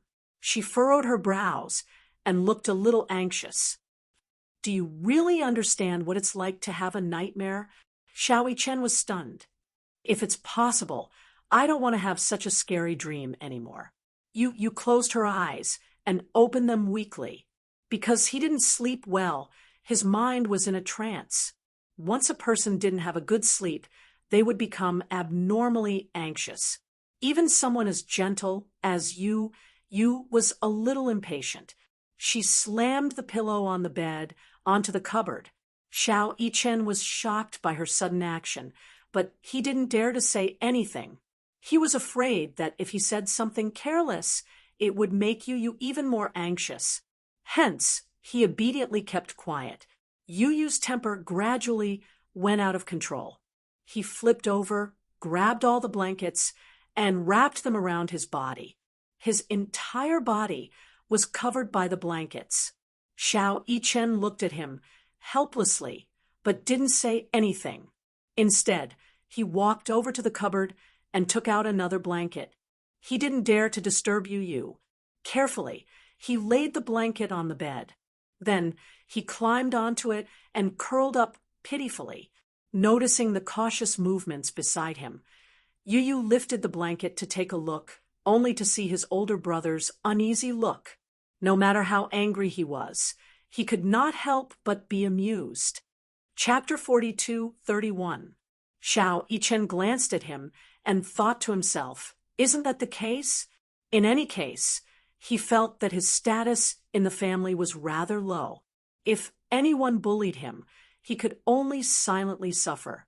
Other than his father, he could only argue with them. Whether it was Yun Shirshir, Yu Yueyao, or Lisa, he was the second oldest man in the family after his father. As the second oldest man in the family, of course, he had to be more magnanimous. Especially when it came to Yu and Yueyao, he had to be more lenient. For some reason, when Yu saw Xiao Chen looking at him innocently, he broke into laughter. "Brother, do I always bully you? I feel like you've become a punching bag." When Xiao Chen heard this, his eyelids twitched. Yu's tone suddenly became gentle, and he was momentarily stunned. Okay. I won't bully you anymore. Otherwise, you'll always think that I'm bullying you." Xiao Chen pursed his lips and said in an old-fashioned manner, "Well, I'm your older brother. Also, when you were in Mommy's stomach, I was always fighting with you for nutrients. When you were born, your body was already weak. The more he spoke, the lower his voice became. Other people might not be able to understand Xiao Chen's feelings. He vaguely realized that Yu's poor health might have something to do with him. When he was in Yun Shirshir's stomach, he must have been the most domineering one, fighting with his twin brother for nutrients. Therefore, he felt an indescribable sense of guilt towards Yu. If it wasn't for him, Yu might have been very healthy. At the very least, he wouldn't have wasted his childhood in the hospital. He could have been like other children, flying kites outside every day and playing with other children. He wouldn't have had to watch helplessly. Xiao Chen suddenly recalled, "I remember playing a horror game in the past. The main characters in the game were a pair of twin sisters." Twin sisters? Yeah. According to the ancient customs of many countries, the firstborn twin is considered the younger brother or sister, and the lastborn twin is the elder brother or sister. "Oh, why does it say that?" Xiao Chen said, "I read a report saying that medical science believes that the firstborn twin should be the younger brother or sister. Since the second twin is born in the womb, it means that they develop earlier. The second twin's the second twin is closer to the uterus, therefore they're born first." I see. When he heard this, he couldn't help but find it interesting. According to this logic, I should be the elder brother. Yu stroked his chin and came to this conclusion with a straight face. In that game, it's the same. Those who are born first are the younger ones, and those who are born later are the older ones. No wonder I'm more mature than you. Xiao Chen's game was called Zero Red Butterfly. In the game, there was an ancient village, Jieshan Village, which was built at the entrance of the Yellow Spring. In order to suppress the hollow that was humming at the entrance of the Yellow Spring, they held a ceremony to sacrifice the twins as Hongji. Chapter 42:32. When the power suppressing the void weakens, they must sacrifice the red Ji. Otherwise, when the void's resentment erupts, it will lead to the destruction of the village. Coincidentally, the village would give birth to a Gemini every certain period. In the village's knowledge, the Gemini was originally one person, but was produced separately in order to be the red Ji in the red funeral ritual. Therefore, the villagers believed that in the red funeral ritual, when one of the Gemini killed the other, the Gemini would merge into one and release a powerful force. This force could suppress the voids and protect the village. It was a game that Xiao Chen played a long time ago, but for some reason, when he saw that it was a Gemini setting, he couldn't help but buy it. At the beginning of the game, there was a pair of Gemini sisters. The older sister, Amakura Ing, broke her leg when she played with her younger sister, Amakura and I. Amakura and I discovered that her older sister was chasing after a red butterfly.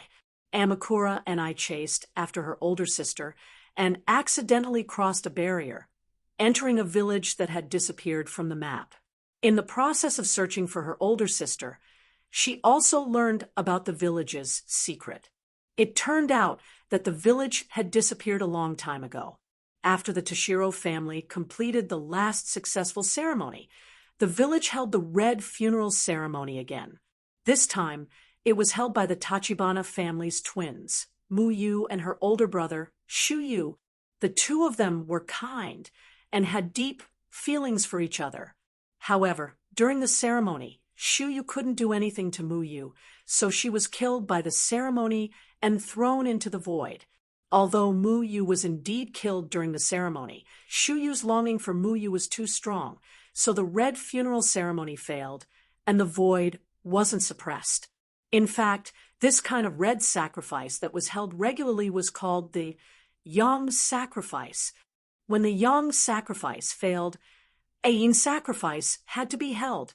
It was used to temporarily prevent the resentment of the void from exploding, so as to buy time for the next yang sacrifice. The content of the yin sacrifice was to turn the sacrificial person into a wedge like a human pillar and then throw him into the void. If both the yang funeral ceremony and the yin funeral ceremony failed, there would be a great payback, which was the moment of destruction. After the yin funeral ceremony, they had to prepare for the next ceremony. The next ceremony was held by the village chief, Hiai's, who was the head of the ceremony. Hiai's had a pair of twin sisters. After his two daughters were born, he was certain that these two daughters had come to this world with the mission of offering sacrifices. The elder sister was called Ba Chong, who was born later, and the younger sister was called Sha Chong, who was born earlier. They were the Tao Tsung sisters before reincarnation. Shu Yu didn't want the same tragedy to happen to the Hiai sisters, so she wanted to ask someone to take the sisters away from the village. Shu Yu had promised Mu Yu not to let the same thing happen again. After asking the folklorist Zhong Fang to take the two sisters away, Shu Yu thought that he had fulfilled his promise with Mu Yu. Unable to let go of Mu Yu's death, he finally hanged himself in the confinement room. However, what he didn't know was that the only one who had truly escaped from the village was his sister, Yachi. His sister accidentally slipped down the hill and broke her leg. She was found by the villagers. Chapter 42:33. In fact, she was willing to accept the sacrifice because, according to legend, if the sacrifice was completed, she would be able to become one with Yachi. She hoped that Yachi would kill her. However, Yachi did not return until the day of the sacrifice. On the day of the sacrificial ceremony, due to the lack of a Gemini witch, the despairing Sha Zhong was hung with a rope and thrown into the void. However, there was no room for mistakes in the ceremony. The one who killed Sha Zhong was not Yachi Zhong, but it still could not prevent the resentment in the void from erupting. Thus, a mistake in the ceremony led to the opening of the void, resulting in the moment of disaster. Thus, Sha Zhong descended with resentment and hatred, killing the surviving villagers one by one. As he watched the villagers die, he laughed wildly. On the way out of the village, Yachi looked for food. By the time he returned, the village had already disappeared. Due to the seal of the void being completely removed, the resentful spirits in the destroyed village overflowed from the void. Once people breathed in the miasma, they would see the yellow springs and go crazy until they died. The village that was surrounded by Su had a dark night that no one could escape. From the outside, the village looked like a forest surrounded by fog. However, once someone was lured in, they would never return. Thus, it was called the village that disappeared from the map. One day, many years later, the Tao Tsung sisters, who had not returned for many years, came to the forest that they had not been in for a long time.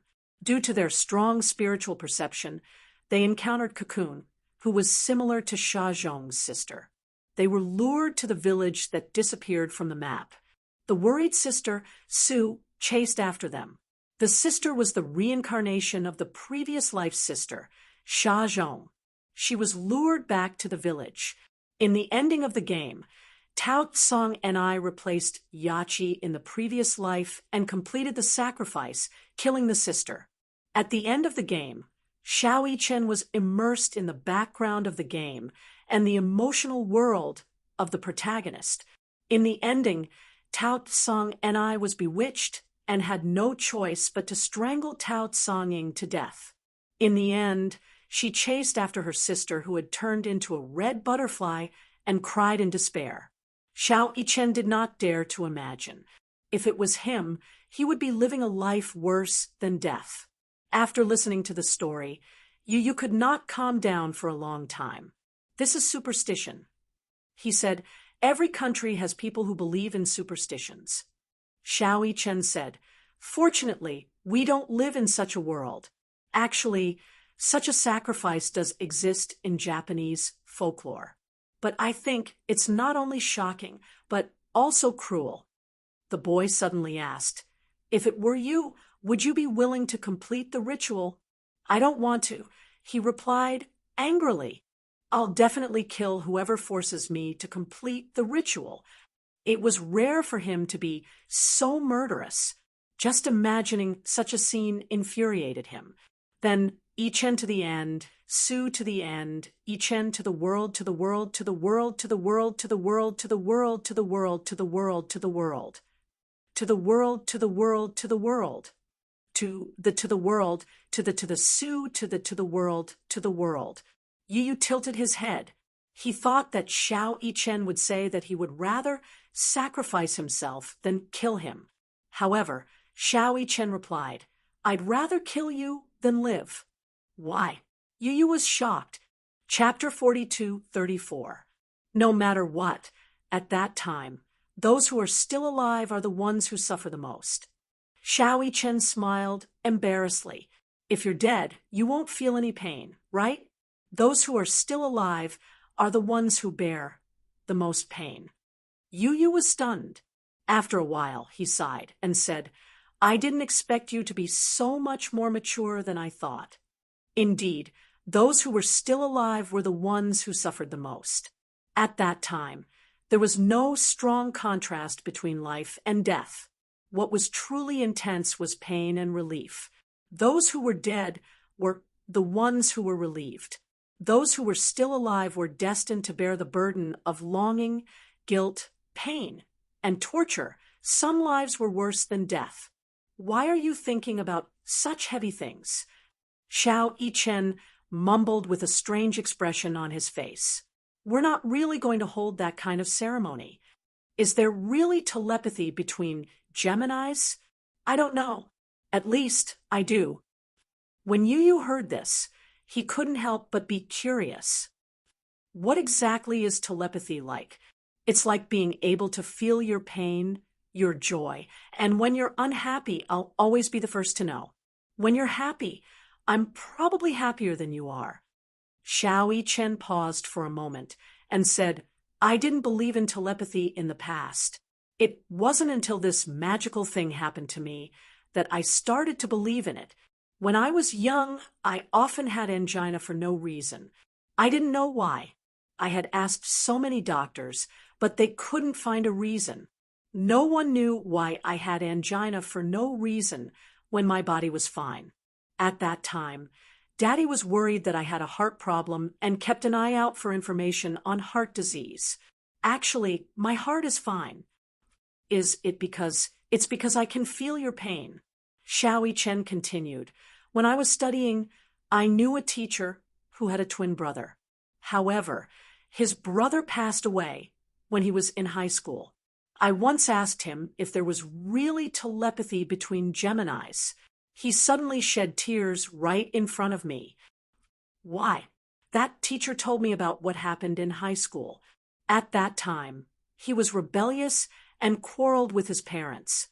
His parents told him to go buy something, but he slammed the door and left. His younger brother saw that he was in a bad mood, so he tried to ask if he wanted him to buy something for him. Then he nodded and agreed. Then you could guess the ending. Then something happened on the way there. Suddenly, he felt a strong heartache. He didn't know why, but at that time, he realized that something had happened to his brother. So, he planned to go out to look for him. Just as he was looking for the key, he received a call from his uncle. He said that his brother had been in a car accident and his condition wasn't optimistic. He cried all the way to the hospital, but only saw his brother's body. Since then, he hasn't been able to recover for many years. The bond between the twins was much stronger than ordinary familial love. This was because twins were born from the same egg. It was another part of himself, the same body of flesh and blood, the same spirit. Chapter 42:35. Therefore, regardless of whether it was Yu or Xiao Yichen, the other party was an inseparable part of their lives. Xiao Yichen couldn't help but feel emotional. Suddenly, he hugged Yu tightly and sighed. Don't think too much.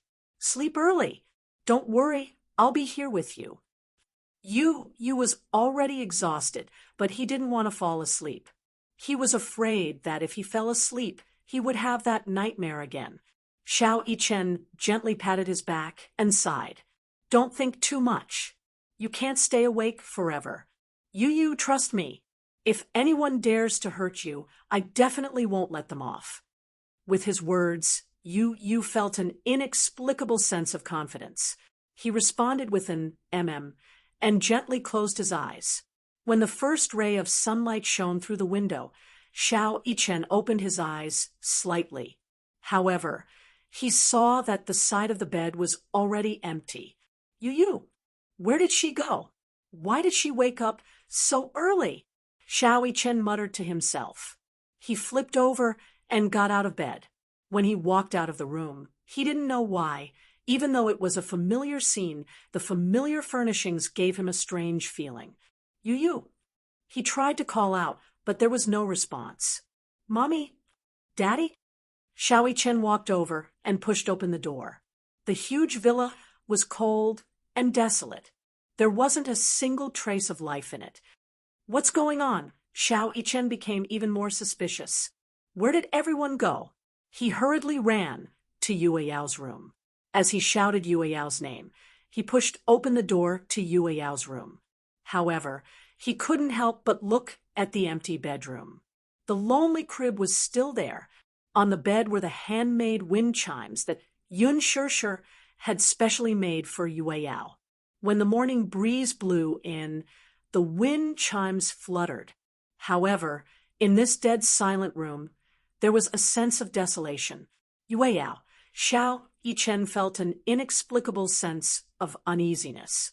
He didn't know why, but he had a bad premonition. Suddenly, there was the sound of hurried footsteps outside the door. Xiao Yichen caught the subtle movement and pushed the door open. As he walked out of the door, he smelled a faint smell of blood. He frowned slightly, and his heart suddenly started racing. Yu, he called out again, but he heard a sudden sound from the kitchen. Dee-dee-da-da, dee-dee-da-da. There seemed to be the sound of water dripping on the floor. He slowly walked to the kitchen door, only to see Yu standing there alone. Yu's stiff back made him feel like a stranger for a moment. He had just opened his mouth when Yu's right hand suddenly loosened. Then, a fruit knife stained with blood fell to the ground. Ah, little Yichen almost cried out in surprise. Yu turned around expressionlessly and looked at him coldly, his lips curving into an icy arc. If I can't have it, no one can have it. Yu, what are you doing? Xiao Yichen was instantly alerted. You're not Yu. Yu sneered and walked towards him. Sooner or later, this body will belong to me. When that time comes, Mommy will be mine. This house will be mine too. I don't want to lie in that cold world anymore. Chapter 42:36. Xiao Yichen was so shocked that he took several steps back. He clenched his fists and looked down at Xiao Yichen's wrist that was stained red with blood. Your hand. Xiao Yichen furrowed his brows tightly as a wave of anger surged in his heart. He rushed over anxiously and grabbed Xiao Yichen's collar. Gritting his teeth, he said, "This isn't your body. You don't have the right to touch it." "Oh, does your heart ache for it?" Yu raised his eyebrows and looked at Xiao Chen up and down. His gaze was cold as ice. Then, what right do you have to interfere in the matters between me and him, who says that this body doesn't belong to me? Look, I can control it as I wish. As he said this, he grabbed Xiao Chen's wrist. I can do whatever I want. No one can interfere with me. Since I'm destined not to have it, I'd rather destroy it than leave me behind. Yu pushed Xiao Chen away forcefully with both hands. Xiao Chen didn't know where Xiao Chen got his strength from, but he slammed hard against the wall and fell to the ground in a sorry state. He was about to get up when he saw a hand sticking out of the unlatched cupboard door. He widened his eyes in shock and reached out to touch it gently. He recognized the diamond ring on the ring finger of that hand. It was Yun Shishir's hand. Her hand came out of the cupboard weakly, without a trace of life. Xiao Chen looked at Yu in disbelief, and then looked at Yun Shishir. He swallowed hard and opened the cupboard door, only to see Yun Shishir's cold body curled up in the cupboard. Little Chen let out a yelp and sat up in bed, abruptly. The action of straightening his body pulled him back to reality from the nightmare. Xiao Chen opened his eyes and saw the world in front of him clearly. It was a familiar bedroom, familiar furnishings, and familiar windowsill. The sunlight shone in from the window and finally made his body, which was covered in cold sweat, feel a trace of warmth. However, he could no longer distinguish whether what was in front of him was a dream or a dream within a dream. Although it was a dream, the scenes in the dream were still deeply imprinted in his mind. Especially the scene in the kitchen, it tugged at his heart fiercely. How could he have such a dream? He turned around and saw that the bed was empty. He couldn't help but wonder if this was a dream or reality. Xiao Chen held his forehead in pain. He unsteadily lifted the blanket and got out of bed. He shuffled on his slippers, opened the door, and stood at the door of the room. He was still in a daze. He finally understood how torturous a deep nightmare could be. Just by recalling the scene in the dream, he didn't dare to imagine what would have happened if he hadn't woken up. Xiao Chen leaned against the wall in pain. He finally understood why Yu didn't want to sleep even though she was so tired last night. Nightmares were really tiring. Even though he had slept for an entire night, he still felt extremely tired. It was probably because of the dream that his brain wasn't in a state of rest. That was why he felt this way. But why would he have such a dream? It was for no reason. He had always had a good sleep and never had such a dream. Was it because of telepathy? Chapter 42:37. Was it because of telepathy? Could it be Gong Fan really wanted to betray Yu and invade Yu's body? Did he have such a dream because of telepathy? Xiao Chen was full of doubts. That was because the dream just now was simply too realistic.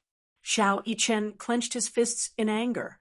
However, if Gong Fan really dared to hurt Yu, he would never allow it to happen. Xiao Chen walked out of the room and into the living room. He saw Yu sitting on the sofa with a cold expression. At that moment, Xiao Chen recognized that this person was not Yu, but Gong Fan, who had disappeared for a long time.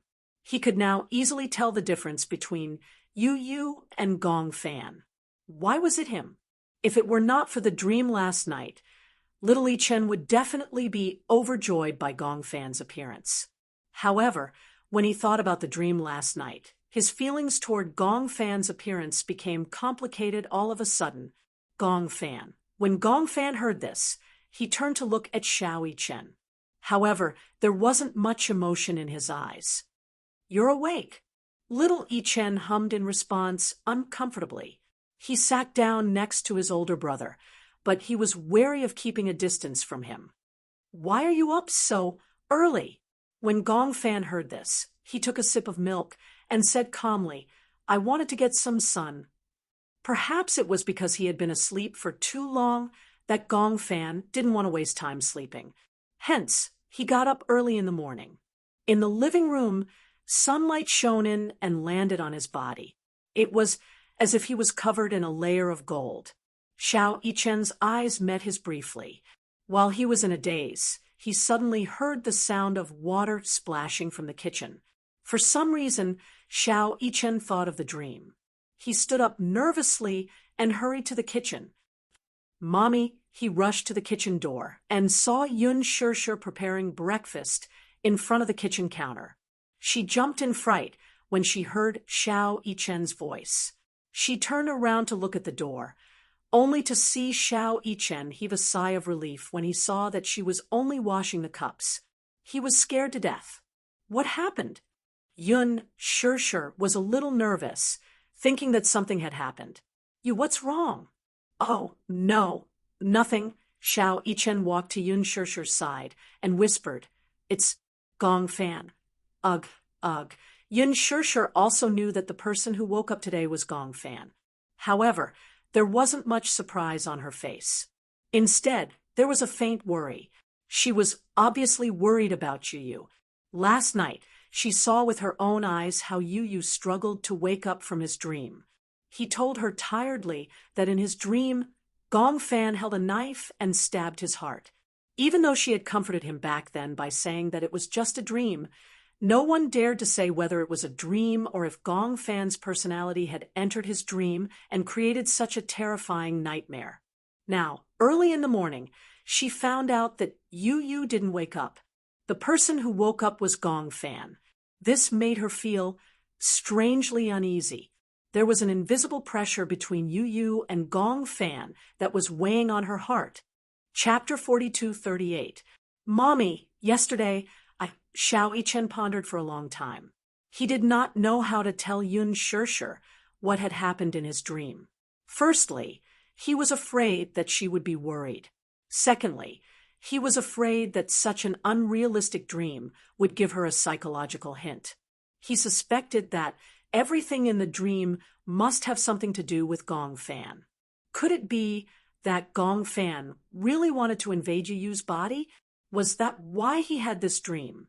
He had this dream because he had a telepathic connection with Yu. That was why he had this dream.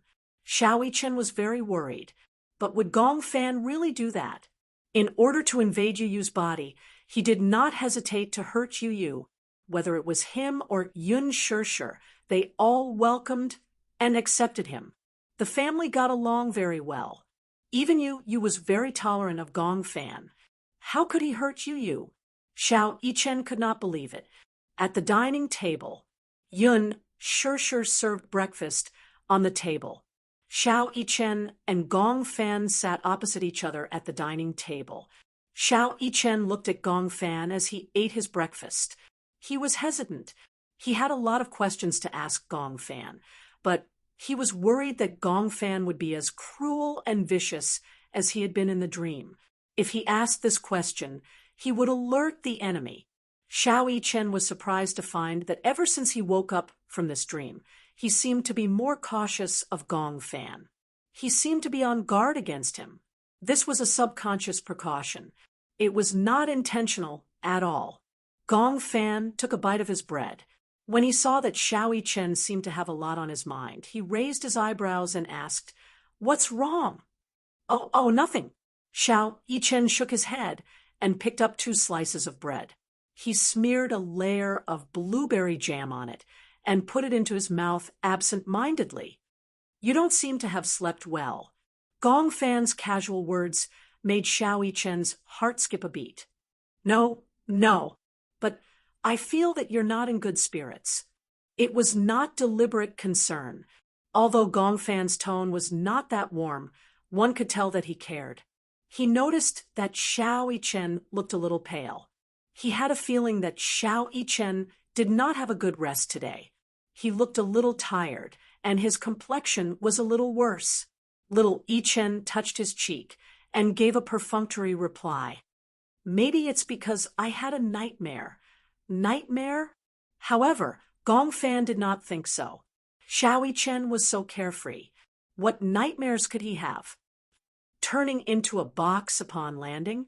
Xiao Yichen replied, I haven't played PUBG recently. I remember that you were addicted to this game. For a period of time, you would eat chicken during the day, chicken at night, and even in your dreams.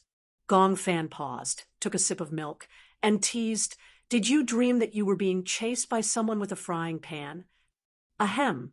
Gong Fan was actually in the mood to joke with him. Xiao Yichen felt a little more relaxed. He thought that a dream was just a dream. There was no need for him to take it too seriously. It was just a dream, but it had extended to other aspects. Yu was his younger brother. Similarly, Gong Fan was also his younger brother. How could he not trust Gong Fan and suspect that he wanted to hurt Yu? It was just a dream. Xiao Yichen deliberately ignored everything that happened in the dream. Chapter 42:39. Xiao Yichen was distracted, and Gong Fan was obviously in a daze as well.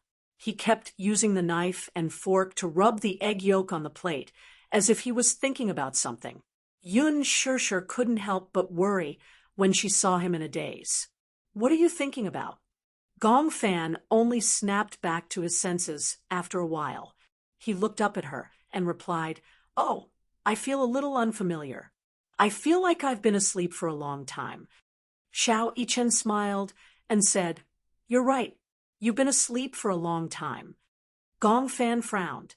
Yun Shishir asked tentatively, Do you remember where you were before you fell asleep? Gong Fan recalled for a moment and looked up. In Mommy's arms. You still remember? Yeah, I remember that you promised someone to make a dessert table. In the end, I was muddle-headed that day and suddenly fainted. Do you feel that something's wrong? Why did you suddenly faint for no reason? Yun Shishir asked deliberately, trying to get some clues from Gong Fan. Gong Fan listened and tried to recall his memories. However, no matter how he tried, he was indeed missing a part of his memory from that day. I can't remember clearly. I see. Yun Shishir couldn't hide the disappointment in her eyes, but she hid it very well. Gong Fan obviously noticed the disappointment in her eyes and asked worriedly, What's wrong? Did something happen that day? Nothing. Yun Shishir sat down and smiled. Let's eat. Let's finish eating early and go for a walk outside, okay? Okay. Gong Fan's expression instantly relaxed.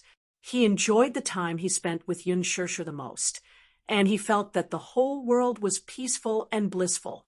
Xiao Yichen still looked troubled.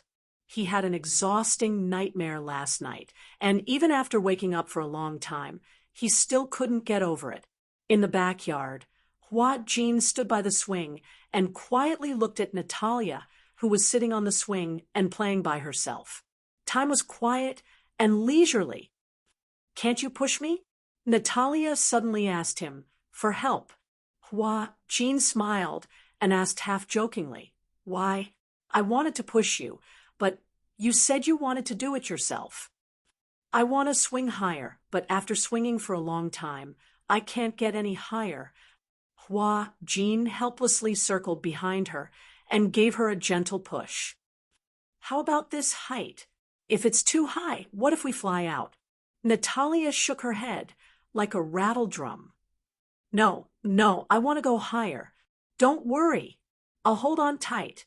When Hua Jin heard this, he was also helpless, so he repeatedly reminded him, You must hold on tight, otherwise you will definitely fall and become stupid. Yes. Natalia nodded and held the rope. Hua Jin gave it a little push, and the swing swung high. Wow. Natalia squinted her eyes and smiled excitedly. After the swing swung high, it gradually slowed down. After experiencing the excitement, Natalia settled down and sat on the swing, allowing the gentle breeze to caress her face. When is Daddy coming back? She abruptly blurted out this sentence. When Hua Jin heard this, he was stunned. He raised his eyebrows and asked, Why? You miss Daddy? Yeah. Chapter 4240. Didn't you just video call him a few days ago? Hua Jin said again. Daddy is so busy. He might not have time to come back. Why don't you call him and ask when he will come back? Natalia's eyes were wide open, and she looked expectant. Hua Jin didn't want to disappoint her, so he walked to the side and took out his phone. He looked at Gong Jie's FaceTime, hesitated for a moment, and finally dialed. Hurricane Group. Gong Jie put on a windbreaker and walked into the maintenance hall. He looked at the huge monster parked on the tarmac, an armed helicopter. This was his personal vehicle. Armed helicopters were equipped with weapons and developed for the purpose of carrying out combat missions. They were divided into ordinary armed helicopters, stealth helicopters, and high-speed armed helicopters. Armed helicopters could be divided into two major categories, special purpose and multi-purpose. The special purpose type had a narrow fuselage and stronger combat capability. The multi-purpose type could be used to carry out attack missions, as well as transport, landing, and other missions. Modern armed helicopters not only carried a variety of weapons, but also carried a large amount of ammunition. In terms of single aircraft, helicopters with a higher takeoff weight could carry more ammunition. For example, the Mi-24 armed helicopter used in the Eaton P-2H war and the AFH war. The nose is equipped with one 4-barreled machine gun, 1,500 rounds of ammunition. 4 anti-tank missiles can be hung on the short wing tips, and 4 hangars can be hung under the short wing 4 57mm rocket launchers with a total of 128 rockets. If rockets weren't installed, 1,500 kilograms of bombs could be installed.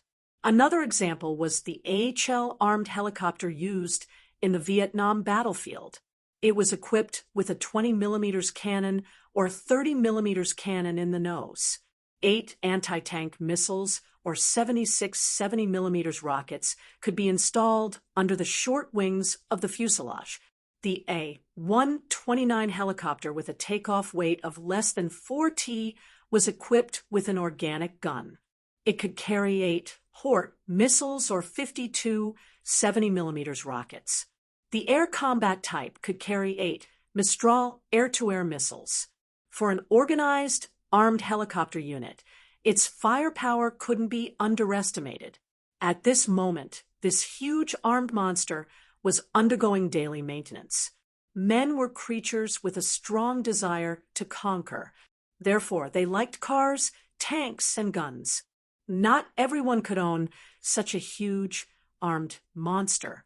This military helicopter was a gift from Gong Xiaoying when he came of age. So far, it had been in service for 10 years.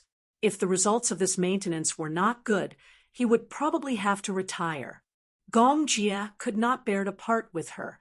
After 10 years, it was impossible to say that he had no feelings for this comrade. This was the most precious gift he had received when he was 18 years old. For so many years, he had treated it like a treasure. However, now that he was about to retire, he could only lament that time had passed too quickly. This big monster was the AH-1 Cobra armed helicopter. After the end of the Vietnam War in 1990, the United States Marine Corps decided to use the AH-1W Super Cobra as a base to upgrade their armed helicopters in all aspects, and the result was the AH-1Z Viper. The first prototype of the AH-1Z was successfully tested in 2000. Nominally, this was an improvement in the Super Cobra's performance. Within its lifespan, just the cost of maintenance and training alone would be hundreds of millions of USD, or even more than 1 billion USD. Chapter 4241.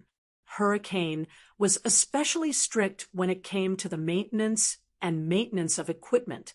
Gong Jie walked up to the helicopter and gently stroked it with his hand. He gave it a name, Robin. He gave it this name because Gong Jie used to have an idol when he was young. His favorite was Batman, the main character of Marvel's comics. When he was young, he liked to collect Batman memorabilia. and Robin was Batman's partner and assistant. He was also known as Boy Wonder, and together with Batman, they were known as the energetic duo. When he was young, he also hoped to have a close friend and assistant like Robin, until Gong Xiaoying gave him this military helicopter. For some reason, the first name that came to his mind was Robin. That day, he sat in the brand new pilot's seat for the first time. Touching the controls, he felt as though the AH-1Z had been given life. "Your name is Robin. What do you think?" He actually gave this big guy a name just like that, talking to himself.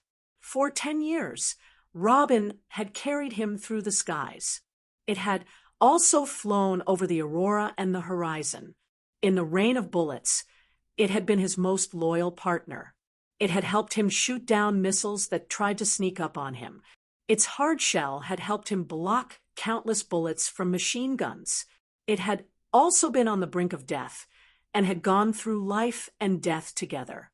Young Master Jia, he walked over during the maintenance, holding a thick stack of test reports in his hands. Gong Jia walked over and asked anxiously, "How is it?" "The test reports are out. Robin has met all the requirements and can continue to serve in the military." Upon hearing this, Gong Jia's eyes lit up. He turned around and jumped onto the big guy happily. It was just like when he had just become an adult and saw it for the first time like a child. "Robin, that's great." He thought that Robin couldn't continue to serve in the military. He didn't expect that Robin could continue to accompany him by his side. Just then, his cell phone suddenly rang. Gong Jia answered the call. Soon, Hua Jin's face appeared clearly on the screen. At the same time, Hua Jin also saw Gong Jia's face on the screen. For some reason, Hua Jin saw a smile on Gong Jia's face. It was rare for him to see him smiling so happily. Usually, he had a cold face and an indifferent expression on his face. It was rare to see him smile so innocently like a child. Upon seeing Hua Jin, the smile on Gong Jia's face disappeared, and he cleared his throat awkwardly. What's the matter?" Hua Jin was speechless. Could it be that his face dampened her mood? For some reason, Hua Jin was a little. Are you free?" Gong Jia thought about it for a while. He did not seem to have much free time recently. His schedule was packed. "What's wrong? What's the matter?" "Natalia misses you. He kept asking me, when are you coming back?" "Give her the phone." "Okay." Hua Jin passed the cell phone to Natalia. Natalia held the cell phone and saw Gong Jia's face. She immediately smiled. "Daddy, are you busy?" She looked at him eagerly. Although she was smiling, the anticipation in her eyes made Gong Jia unable to say that he was busy. "Daddy, you miss me?" Natalia asked again. Gong Jia raised his eyebrows and leaned closer to the screen. "What do you think?" Chapter 42:42. How do you know that I don't miss you? If you miss me, you will definitely rush back to see me. Natalia pouted, looking aggrieved. When Gong Jia heard this, he couldn't bear to see her like this. He ran his fingers lightly across the screen as if he wanted to touch her face. "Daddy will go back to spend some time with you, okay?" Natalia was still not satisfied with this answer. She asked, "When will you be back?" In a few days." "Then in a few days." Gong Jia frowned slightly. He didn't know what to do next, so he couldn't give her an answer immediately. However, if he gave her a half-hearted answer and didn't call her back after agreeing on a time, Natalia would be very disappointed in him and think that he didn't keep his word. Therefore, he had to be very careful when answering this question. Thus, Gong Jia replied, "Daddy will call you back tomorrow, okay? Daddy will arrange some work and go back to see you when I have time. If Daddy is really busy, you don't have to come back to see me." Natalia was a little embarrassed. She could tell that Gong Jia was really busy. Although she missed him, She couldn't force him. Natalia was very sensible, well-behaved, and considerate. She didn't like to force people. Seeing this, Gong Jie's heart softened even more. Good girl. I promised to make time to go back to see you, so I will definitely do it. However, I don't know what to do next. Why don't you pass the phone to Uncle? I will tell him something. Okay. Natalia reluctantly passed the phone to Hua Jin. Hua Jin took the phone and walked to the side. Before Gong Jie could speak, he lowered his voice and said to him, "Did Alice tell you?" "What did she say?" "It's about Natalia." Natalia? During this time, Alice hadn't contacted him. Who was Natalia? Noticing the confusion in his eyes, Hua Jin realized that Gong Jie probably didn't know about this. Alice suspects that Natalia's personality has already appeared. However, Alice said that Natalia's personality is very dangerous. She even knows how to hypnotize people. Therefore, Natalia is in danger. Danger? I might as well say that she is a dangerous person to us. She is like a ticking time bomb. We don't know when she will explode, but we don't know if she will explode. Gong Jie frowned and said immediately, "Alice didn't mention this to me. I think she is too suspicious." Hua Jin paused for a moment and said, "I've been under a lot of pressure recently. It's not that I'm scared, but I'm worried that I won't be able to take good care of Natalia. After all, I have no experience in taking care of patients, and my reaction is always half a beat slower. Don't worry, there's no need to be so stressed. Just pay more attention to her condition. I believe that with Alice around, the situation won't get out of control. I will arrange my work as soon as possible and try to return to China as soon as possible." Because Alice was by Natalia's side, Gong Jie wasn't very worried at first. However, when he heard Hua Jin's words, he realized that things might not be so simple. Chapter 42-43. Hua Jin nodded. For some reason, when Gong Jie promised that he would arrange it as soon as possible and return to see Natalia, Hua Jin felt inexplicably relieved. The name Gong Jie seemed to signify an absolute sense of security and reliability. Hua Jin put away his phone and walked in front of Natalia. Under her expectant gaze, he smiled and said, "Daddy will arrange for work as soon as possible and return to accompany you. Are you happy?" Natalia was so happy that she stepped on the waves. "Uncle Hua Jin, I feel so lucky to have met Daddy and you." Natalia didn't know why, but she felt extremely emotional. She suddenly jumped off the swing, ran in front of him, and gave him a big hug. "I love you." Perhaps it was because she grew up in the West, but Natalia knew how to express love. Hua Jin was stunned. He didn't expect Natalia to give him such a warm hug. It seemed to be the first time she hugged him so actively. He was overjoyed. He also squatted down and hugged her tightly. "I love you too." "Yeah." Natalia blinked and suddenly thought of something. She lowered her voice and asked softly, "Then, if I make a mistake, will you and Daddy not want me anymore?" "How can that be?" Hua Jin didn't think much of it. Who doesn't make mistakes? No one is a saint and will never make mistakes. How can we abandon you just because you make a mistake?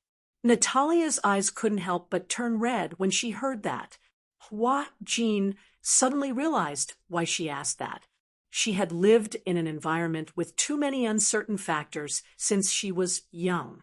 It wasn't an exaggeration to say that she was homeless. Strictly speaking, Natalia didn't have any real family. At first, when Gong Jie said that he wanted to adopt her, she didn't think much of it. She had a feeling that this family wouldn't last for long. She didn't have much confidence in the concept of home and happiness. Therefore, she felt uneasy and cautious. She even deliberately distanced herself from him because she was afraid that once she put her feelings into it, she would be sad once they were separated. "Then it's a promise." Natalia carefully extended her pinky. Her eyes sparkled as she moved closer to Huajin and pouted. Pinky promise. From now on, we're a family. No matter what, let's never be separated, okay? After spending so much time together, Natalia realized how warm it was to have a family, even though they had been living together peacefully. It was this long-lasting warmth that made Natalia even more dependent on Huajin. The more he felt warmth, the more he felt that this warmth was precious, and the more he wanted to cherish it, especially today. After the phone call with Gong Jia and learning of her needs, he immediately arranged for work and flew back to accompany her. It made her feel like she was being treasured. Therefore, she also wanted to cherish it and open her heart to let Huajin and Gong Jia live in her heart. Huajin reached out his pinky and gently hooked it with hers. His lips curled into a smile, revealing his pearly white teeth. I promise you. Natalia looked at him and smiled. Chapter 42-44.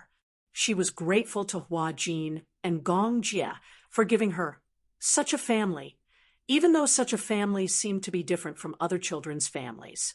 Everyone else had a mother and a father.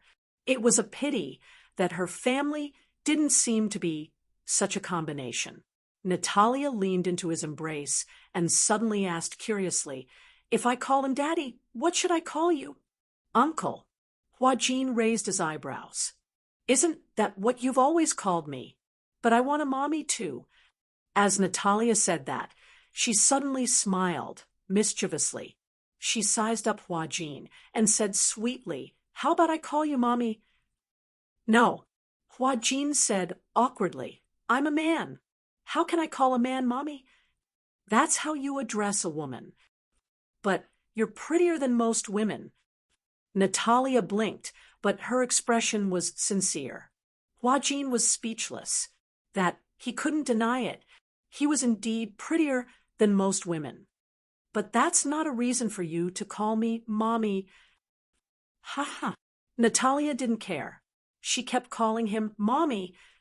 Huajin corrected her, but it didn't work. Finally, under Natalia's coaxing and pestering, he nodded. You're not allowed to call me that outside. Then what should I call you? Huajin was also confused. That's right. Huajin suddenly said, how about you call me Daddy too? After a pause, he felt a little guilty. Are you willing to call me that? I'm willing. But, what if you're both here? Natalia didn't say it clearly, but Huajin understood what she meant. She meant that if Huajin and Gong Jia were both present, wouldn't it be easy to confuse them if they both called him Daddy? How about this? Natalia said, I'll call Gong Jia Daddy Jia, and you Daddy Jean? Uft. Huajin suddenly laughed. It sounded as if he and Gong Jia were a couple. It felt weird. In foreign countries, many gays and lesbians formed marriage families, and their adopted children were called that. If outsiders heard it, they would misunderstand that he and Gong Jia were a couple. Daddy Jean, Daddy Jean. It sounds nice when you call me that. After spending so much time together, she was no longer as cold and distant as she was when they had first met. This question stumped Natalia. She mumbled, I like both of them.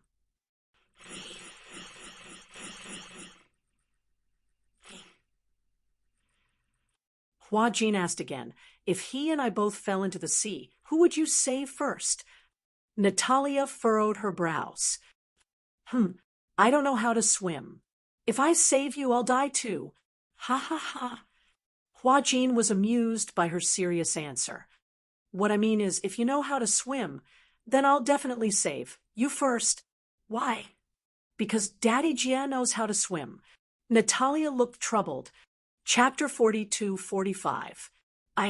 I'll tell you a secret, okay? Natalia said, seriously. What secret? Actually, I have an older sister. Natalia hesitated for a long time before deciding to tell him the secret. Jin's expression changed instantly. Sure, this is a secret. Don't tell anyone else, or else my sister will be angry. What's your sister's name? Natalia. Natalia said, actually, it feels weird to say that she's my sister because other than me, no one else has seen her. I feel that she's more like another me. You can see her? Probably. Probably? Hua Jin was a little confused by her tone. Why did she sound so uncertain? So, can I see her or not? Does it count if I see her in my dreams? In your dreams? I feel that she can control my body. Do you know about the crystal ball? Hua Jin vaguely sensed that he might be able to find some clues about Natalia from Natalia's mouth. Hence, he listened to her attentively. That crystal ball was a gift from my sister, Natalia. Gift? Natalia nestled in his arms and recalled. Actually, the first time I saw her was a long time ago. At that time, I couldn't sleep well. I would have many, many dreams, very strange dreams. Many times, I couldn't even tell which was reality and which was a dream. So, she gave me that crystal ball and said that as long as I hugged it to sleep at night, I would be able to sleep well. At least, I wouldn't have those strange dreams anymore. Crystal ball? Could it be Natalia had hinted to Natalia that hugging the crystal ball would allow her to sleep well? Was she actually using the crystal ball to control Natalia? Natalia might have been controlled by Natalia because of the crystal ball. This seemed to be a very important clue. I see, Hua Jin probed. Do you have to hug the crystal ball to sleep every night? Yes, sometimes I forget, but if I do, I'll have a lot of strange dreams at night. However, if I hold the crystal ball, sometimes I feel like I have slept for several days, and I feel very tired when I wake up. I see, actually, I'm very curious. Natalia frowned and turned to look at Hua Jin. Pursing her lips, she hesitated for a long time before finally asking the question that had been bothering her for a long time.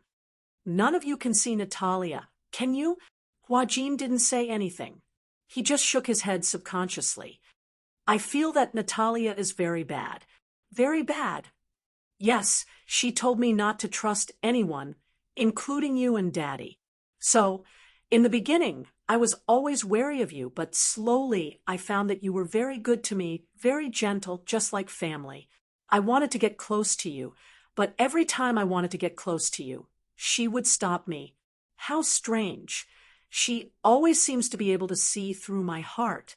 Then why do you think she's bad? Because... Chapter 42-46. Natalia is like a demon living in my heart. For some reason, this sentence sent a chill down Hua Jin's spine. Did she really say that? In the study, Alice was playing with a fountain pen. Hua Jin sat across from her, deep in thought. Outside the window, it was already late at night. Natalia had already fallen asleep. When Alice returned home, Hua Jin told her everything, no matter how big or small, about what had happened. Alice was surprised to hear it. Wait a minute. My mind is a bit messed up. Alice frowned. She decided to connect the clues and reorganize her thoughts. Hua Jin sat quietly on the side. He did not say anything, afraid that he would interrupt her thoughts. Can I understand it this way? Alice said seriously, Natalia controlled Natalia through the crystal ball.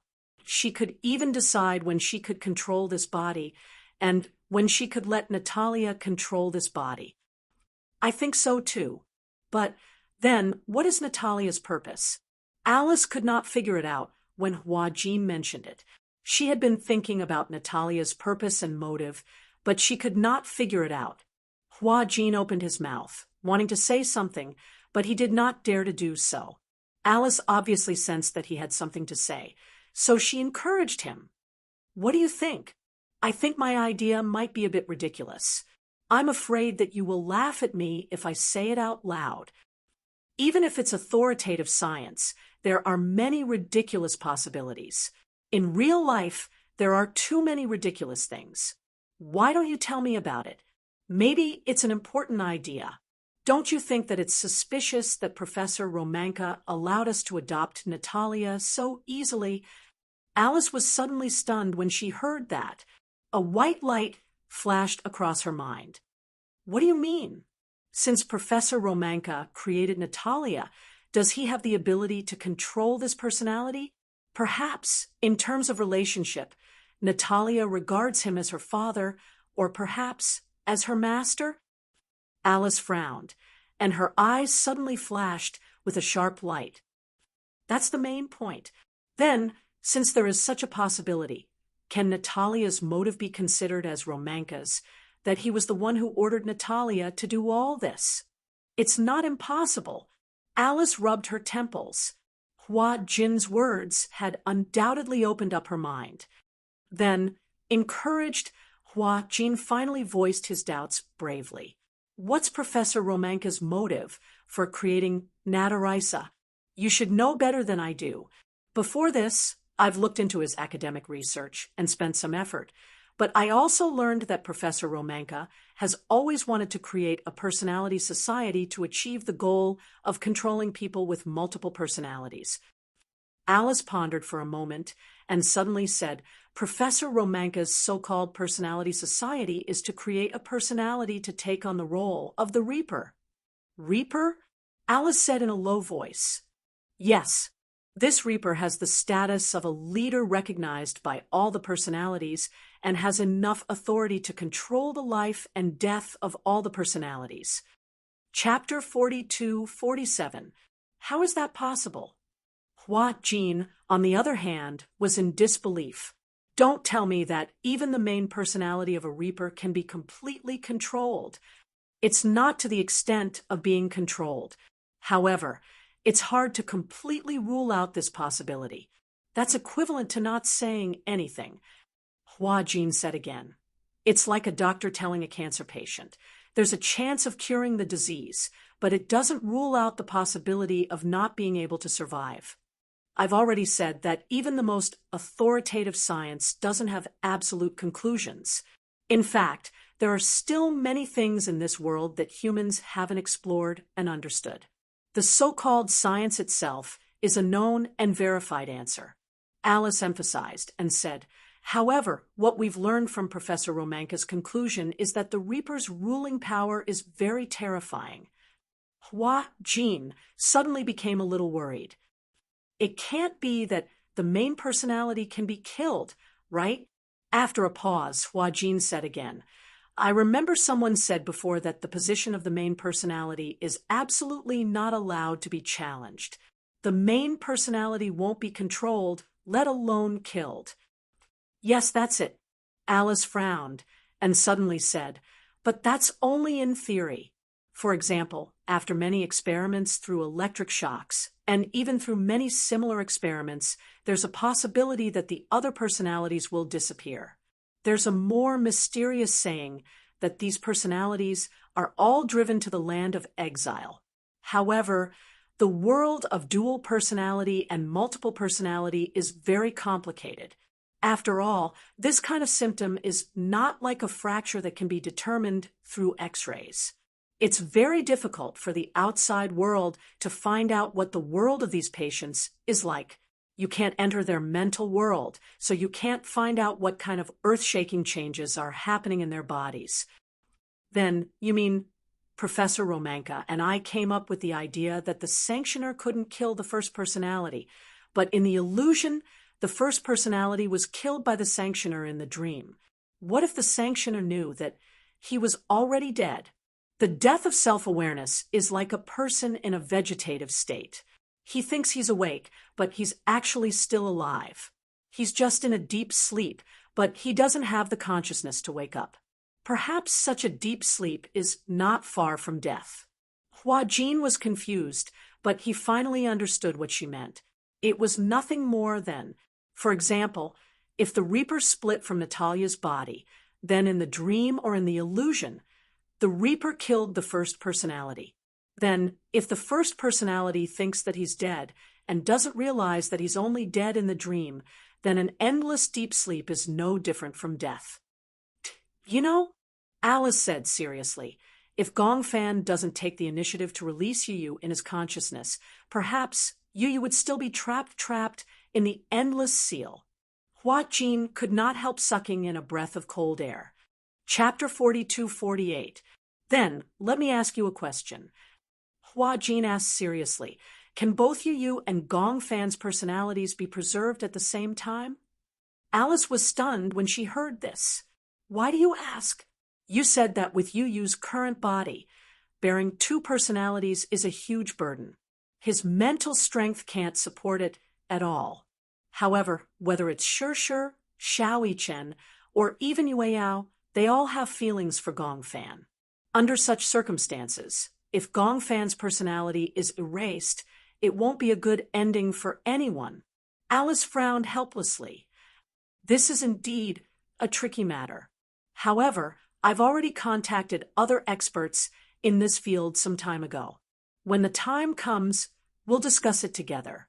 After all, I'm alone. With my ability, there might be many limitations. However, if everyone thinks of a way together, we won't be completely helpless. Okay. Hua Jin stood up and said to Alice, I'll go check on Natalia and see if she's asleep. Okay. Hua Jin went to Natalia's room. At that moment, the wall lamp in the room was still switched off. Natalia was very afraid of the dark. Sometimes, when she couldn't fall asleep, she would sleep with the lights on. Usually, Hua Jin would come to her room to check on her before going to bed. If the lights were still on, he would turn them off. Gradually, Hua Jin realized that she didn't like to turn off the lights. Every day, before going to bed, he would come to check on her.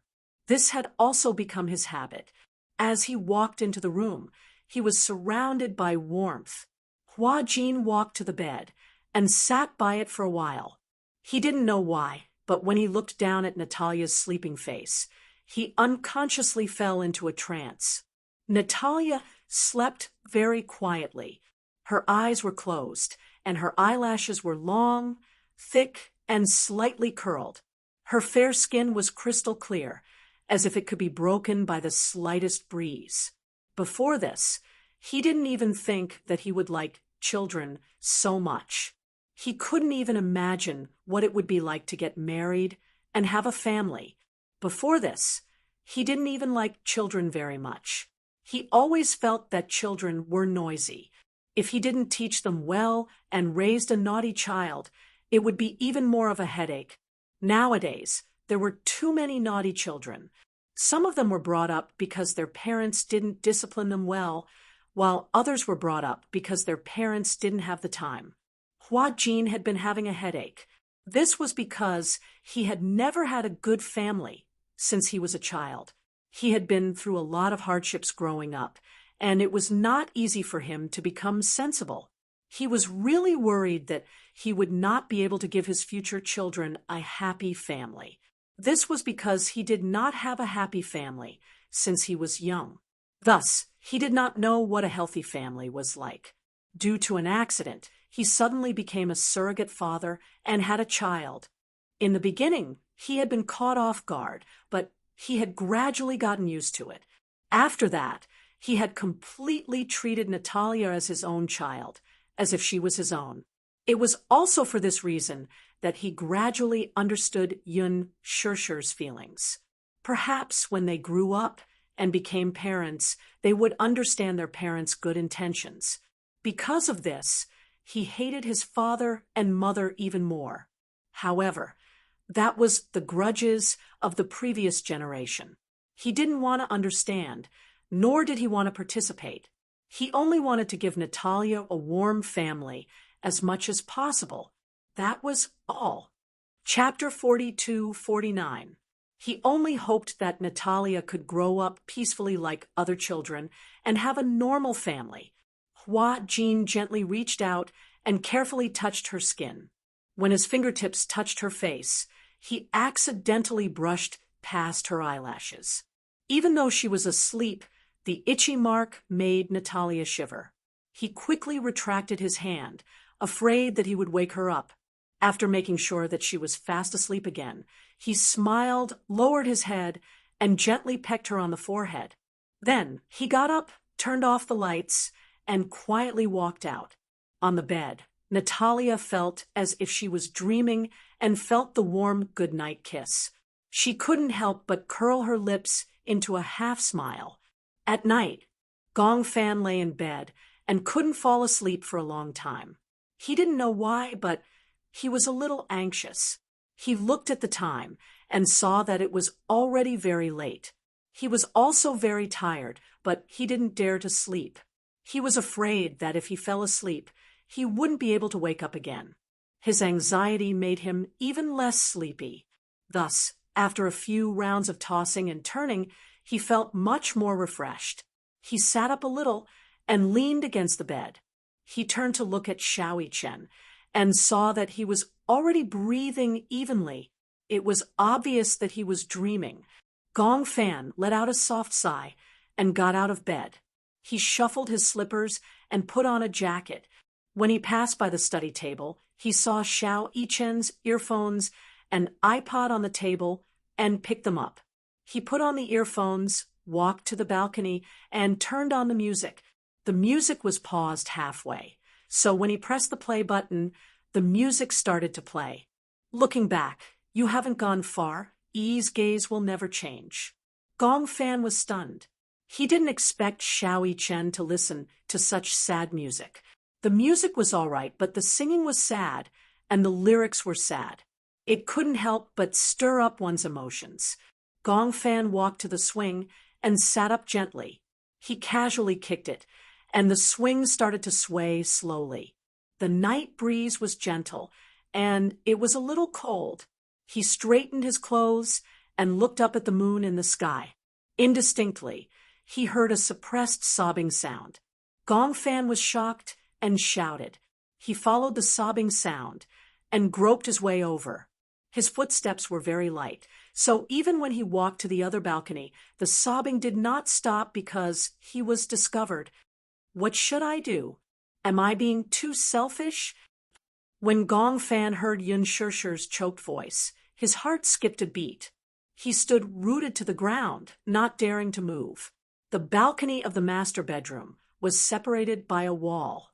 On the balcony, Yun Shishir leaned against the railing. She lowered her head and held her forehead in frustration. Mu Yaja comforted her tenderly. Don't think too much.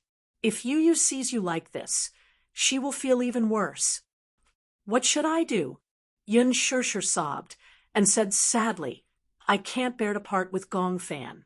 My heart aches for this child. He has been carrying so much on his shoulders since he was young. You must have noticed my reluctance and heartache for Gong Fan. So he shouldered everything by himself. And I can't do anything to help. Because of my selfishness. Even though he is in so much pain, he can't bear to make a choice. He is worried that if he loses Gong Fan, I will be sad. Chapter 42:50. She knew that she was the one who couldn't bear to part with Gong Fan. You could tell that she couldn't bear to part with him. That was why she had held on for so long. But now, she could tell that Yu's mental state was getting worse. Nightmares were endless. Nightmares destroyed one's willpower. You insisted that he was fine. She didn't even say a word of comfort. This wasn't something she wanted to see. She had imagined such a situation countless times. Yu and Gong Fan. She had to choose between them. But every time she thought of making a choice, she didn't dare to think about it anymore. It was this hesitation and indecisiveness that made Yu bear so much silently. There's no point in thinking so much now. I'm just thinking that whether it's Gong Fan or Yu, they are both our sons, and we can't do without either of them. Maybe we don't have this condition now, but maybe in the future, in the near future, we will have this condition and you won't be in such a difficult position. When Yun Shishir heard this, she couldn't bear it anymore. Even if the body can bear it, the mind will never be able to bear it, right? If it were you, would you be willing to share a body with the other personality? Mu Yaja didn't say anything. Of course, he wasn't willing. It wasn't because he was selfish. It was because both personalities would suffer because of this. No one wanted to fall asleep tonight, only to wake up half a month later. Even if it was the same person, two personalities would never be able to fit together 100%. No matter how advanced the medical technology is, there's no way to save you and Gong Fan, unless Gong Fan exists in another body. After a pause, Yun Shirshir calmed down a little. She gripped the railing tightly and said sadly, "I don't want you to interfere with his decision because of me." "You mean?" Yun Shirshir was silent for a long time. With tears in her eyes, she looked up at the hazy moon in the sky, but when she thought of the decision she had to make next, she closed her eyes sadly and cried. Yu is an independent person. He should have his own thoughts and shouldn't be unable to make a decision because of my concerns. So, she choked on her sobs for a long time. The broken words in her mouth could not be strung together into a coherent sentence. It was obvious how much pain she was in. Her back was stiff like a rock. "If I really have to make a decision," Yun Shirshir took a deep breath and said with difficulty, "For Yu, I also want to give up Gong Fan." Even though the words were suppressed, they still reached Gong Fan's ears very clearly. He leaned against the wall and opened his eyes weakly. After a long while, he finally came to his senses, and his eyes turned red. "For Yu, I have to give up on Gong Fan." It was just a few words, but they were sharper than the tip of a knife. They pierced his heart mercilessly. Gong Fan pursed his lips tightly and didn't say a word. He stood silently in the shadows and hid himself. It was only when Mu Yaja comforted Yun Shirshir and helped her back to the room that he finally found his breath. He finally took a step forward, but he almost stumbled and fell to the ground. Chapter 42:51. He sat on the bed in a daze. At that moment, Xiao Yichen was still sleeping soundly on the bed. He looked at Xiao Yichen with sincere envy. He envied Xiao Yichen for having a peaceful world. He didn't have to worry about not being able to appear again. He also didn't have to feel guilty, sad, or disappointed about being abandoned. Yes, Yun Shirshir's words were obvious enough. For Yu, she was willing to give him up. In other words, if there was a medical method that could save Yu, she was willing to give him up. Between Yu and his Libra, she chose Yu. But what was wrong with that? After all, her feelings for Yu were not something he could compare to. But it was unfair. It was unfair. In fact, he had appeared a long time ago in this body. It was just that Gong Fan felt indignant, but helpless. Even so, even if he knew it was unfair, what could he fight for? He couldn't win. Gong Fan suddenly felt very sad. The thing that he had been afraid of had finally happened. He had always felt uneasy and insecure. Even if Yun Shirshir tried her best to give him a sense of security, he still didn't feel safe. Now that he heard Yun Shirshir's decision with his own ears, Gong Fan's entire world collapsed. He lay down on the bed and looked at the ceiling in a daze. His tears gradually stopped, but that kind of sadness was not something that tears could express. His heart was full of tears, but they couldn't flow anymore. The next day, Xiao Yichen realized that Gong Fan was depressed. He sat alone in a corner and ignored everyone who called him. It was just like when Gong Fan returned to the Mu family. He was cold and distant. No matter how patiently Yun Shirshir talked to him, he either turned around and walked away or pretended not to hear her. Yun Shirshir didn't know what had happened to make Gong Fan treat her so coldly. Xiao Yichen was also very surprised. Why did Gong Fan's attitude toward his family suddenly become so cold? For the next few days, Gong Fan was like this. Xiao Yichen could not hold it in any longer. He pulled Gong Fan into the room, and his cheeky smile was replaced by a serious expression. "What's wrong with you recently?" Gong Fan broke free from his restraints and glanced at him coldly. There was no emotion in his eyes. Since she had already given up on him, she might as well be cold to the end. If he treated them so coldly, they would also be disappointed in him and treat him coldly. In this way, if the day of separation really came, no matter who it was, they wouldn't be reluctant to leave and wouldn't feel sad. That was what he thought. However, his aloof attitude had undoubtedly infuriated Little Chen. "Why aren't you talking?" He was a little annoyed. "Didn't you say that no matter what happened, you would never make Mommy angry or sad?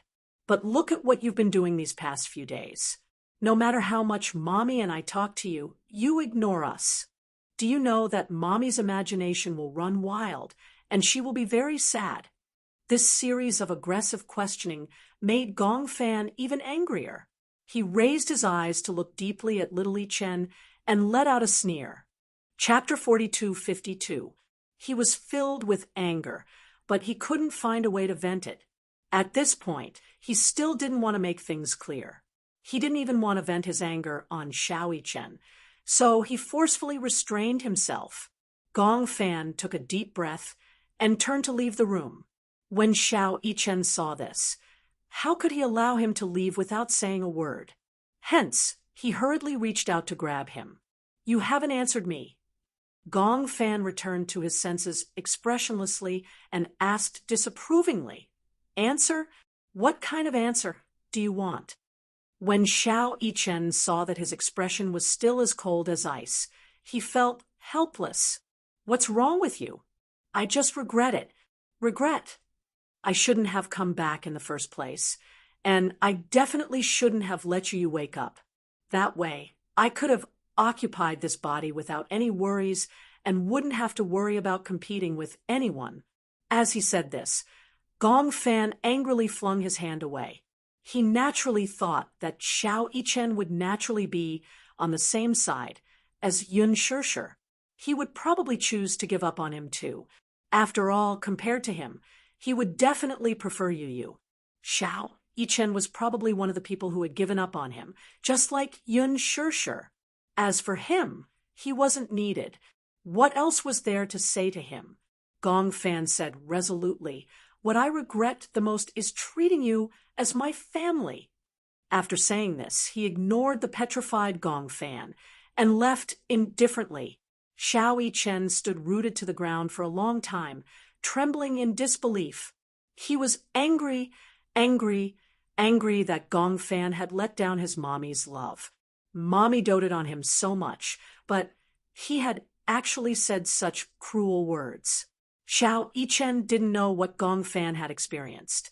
He didn't even know that Gong Fan had eavesdropped on the conversation between Yun Shirshir and Mu Yaja yesterday. Hence, he only thought that Gong Fan had thoughts of betrayal. Was he planning to betray Yu and monopolize her body? Xiao Chen reacted and quickly chased after him. Before Gong Fan could go far, he rushed forward and grabbed his wrist. He shouted sternly, "You're not allowed to leave. Speak clearly." Gong Fan was also stunned. He had never seen such a furious Xiao Chen. He was like an enraged Tyrannosaurus, glaring at him like a tiger eyeing its prey. "I won't allow you to betray Mommy and Yu." When Yun Shirshir heard Xiao Chen's shout, she anxiously walked over with Yueyao in her arms. However, when she saw the two of them confronting each other, her eyes widened in shock. "What happened?" she asked, completely unaware of what had happened between the two of them. Xiao Chen turned around. When he saw that it was Yun Shirshir, he snapped out of his rage and regained some rationality. "Mommy, what happened?" Yun Shirshir asked in surprise. "Why did the two of them quarrel?" Xiao Chen would never quarrel with Yu, much less with Gong Fan. From what he knew, Yu and Gong Fan were both his younger brothers, and he was the older brother. Hence, he thought that he had to give in to his two younger brothers and never quarrel with them. It was extremely rare for her to see Xiao Yichen so angry, and she had never seen him so angry with anyone. What happened? Chapter 42:53. Hence, when she saw Xiao Yichen flaring up at Gong Fan, she became even angrier and was determined to get to the bottom of the matter. However, in Gong Fan's eyes, this was undoubtedly charity. Xiao Yichen turned his face away awkwardly and refused to say anything. He didn't want Mommy to be disappointed in Gong Fan. If Mommy heard those words, she would definitely be very sad. Xiao Yichen was considerate and thus didn't want to say anything. Yun Shishir looked at Gong Fan again, but he turned his face away expressionlessly and looked coldly at the ground. Even though he was looking at the cold ground, he didn't want to look at her. What's wrong? Xiao Fan? Yun Shishir was a little confused, looking at the two children turning their heads angrily without looking at each other. She didn't know what to do. Why was he treating her so coldly for no reason? Could it be that the children were more sensitive and realized that she had already made a decision in her heart? Mommy, don't talk to him anymore. Xiao Yichen snorted and said, I don't like him. I still like you the most.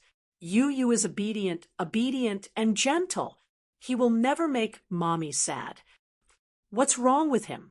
Nothing. Xiao Yichen still refused to say.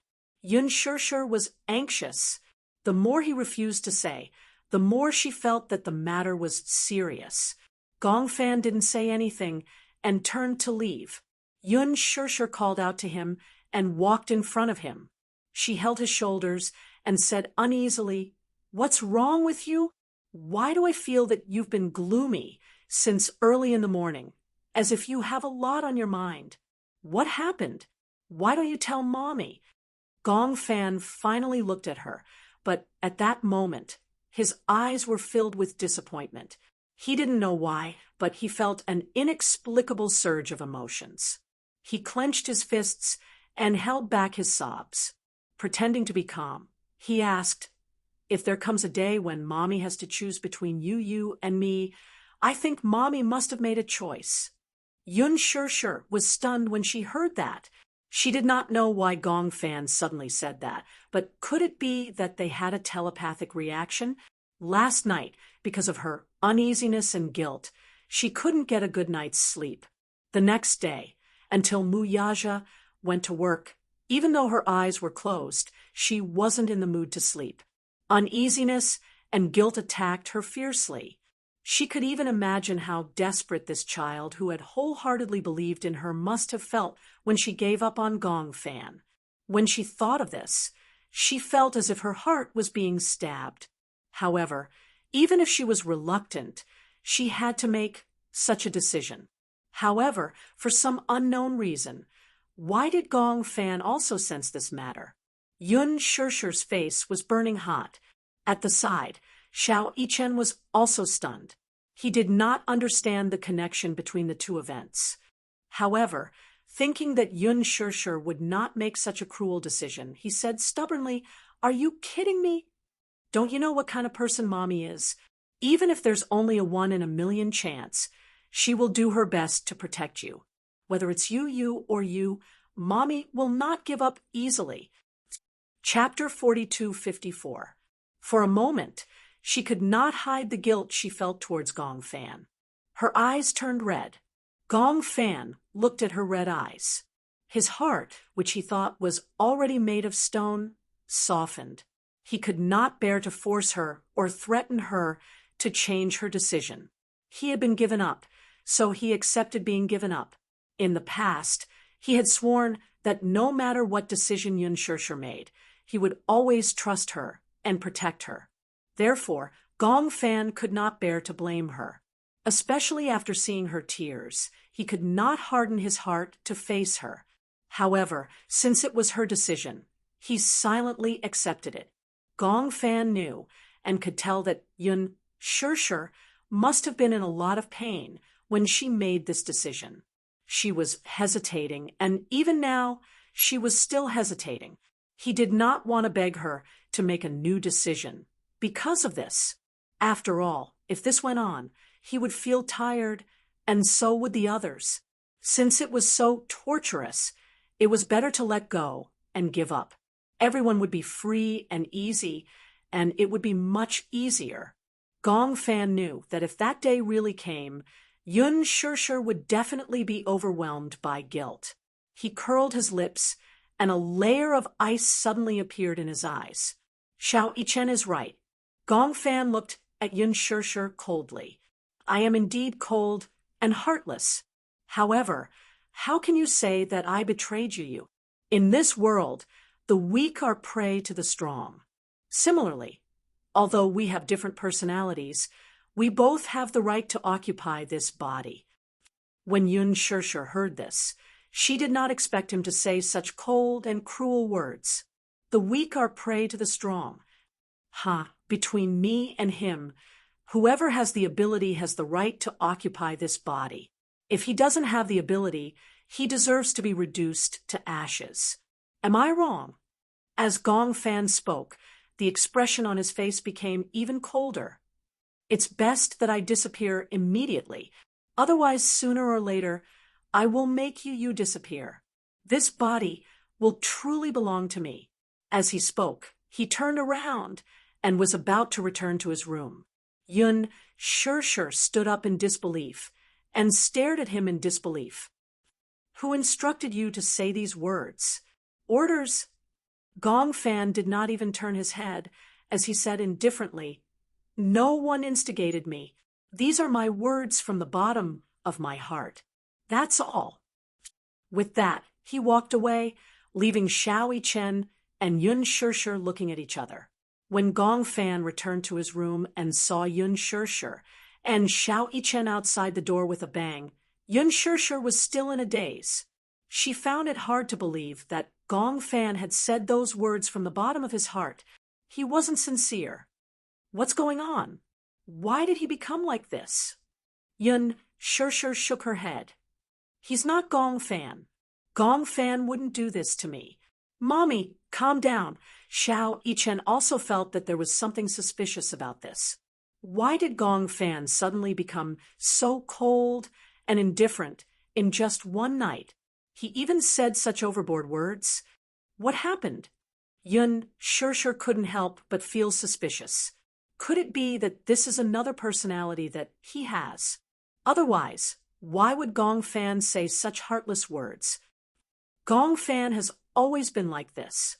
Have you forgotten how he was when he first came back? To us, to you, to Daddy, and to Yue Yao, he seemed to look at everyone with hatred, right? Chapter 42:55. That night, Gong Fan didn't come out to have dinner with everyone. Instead, he hid in his room alone. He had a very serious stomach problem. Yun Shirshir had also reminded him about this.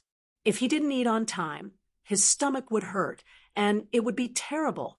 However, Gong Fan didn't want to come out. He locked himself in the dark room and curled up on the bed. He missed dinner time, and his stomach was indeed in so much pain that it started to twitch.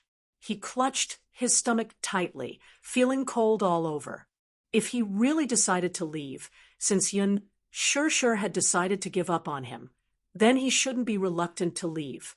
Be cold to the end. Let the coldness end everything. If he was cold to the end, the heartache would probably be less. Gong Fan turned over with difficulty and casually turned on the bedside lamp.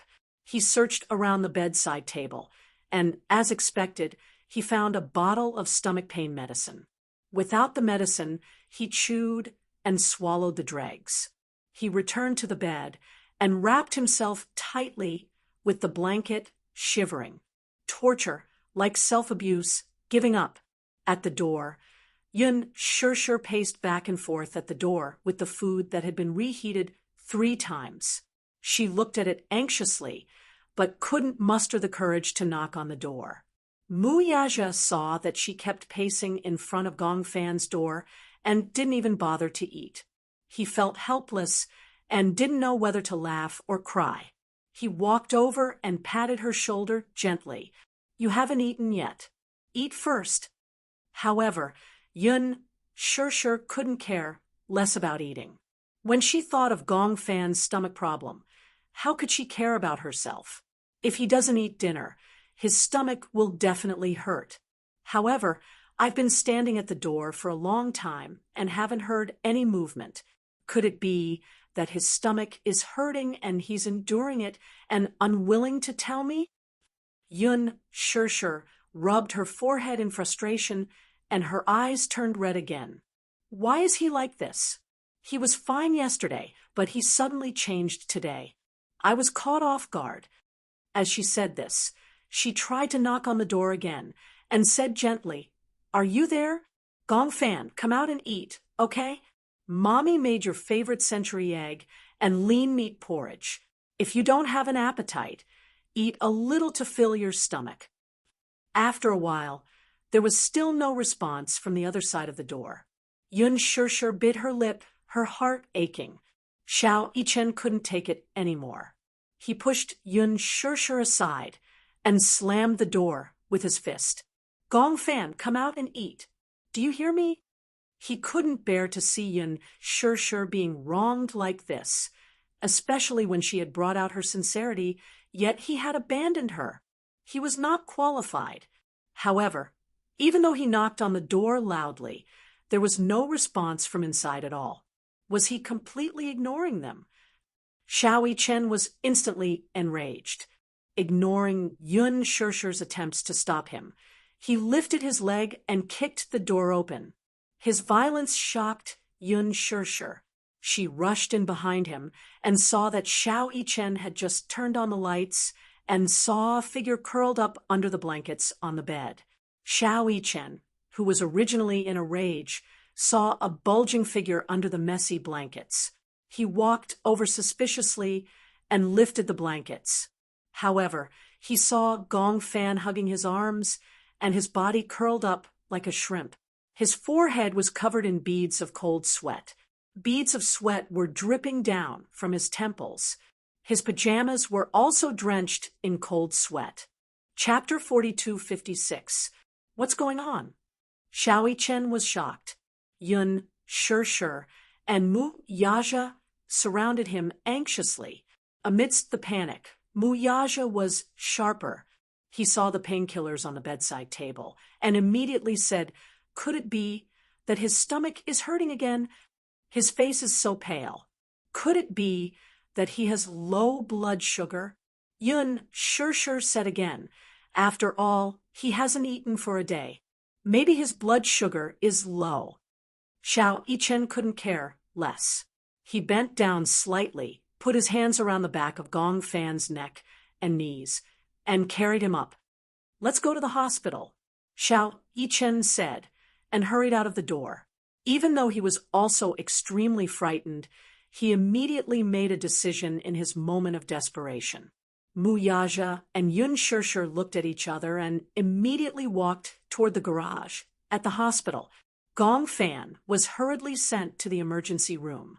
The three of them waited nervously outside the door for a long time before the door of the emergency room finally opened.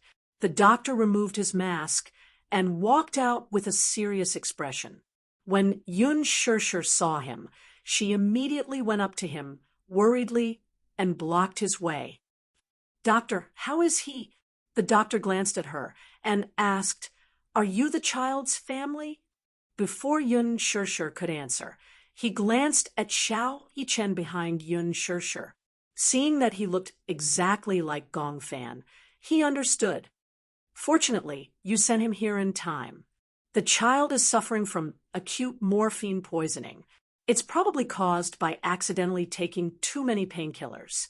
We've already pumped his stomach to induce vomiting. If he was sent here any later, I'm afraid that the child would suffer from respiratory failure due to the morphine poisoning. The consequences would be unimaginable. Morphine poisoning. When Yun sure heard this, she couldn't help but feel a chill run down her spine. If Xiao Yichen hadn't barged in, perhaps Gong Fan would have suffered from respiratory failure due to the morphine poisoning. And all of this, they didn't know about it. Yun Shirshir lamented over Xiao Yichen's violent barging. If it hadn't been for him, perhaps Gong Fan would have been in deep trouble. Why did this child take so many painkillers? The doctor wondered if Gong Fan had suicidal tendencies. Yun Shirshir knew what he was suspecting and answered, he probably took painkillers because he has a serious stomach problem.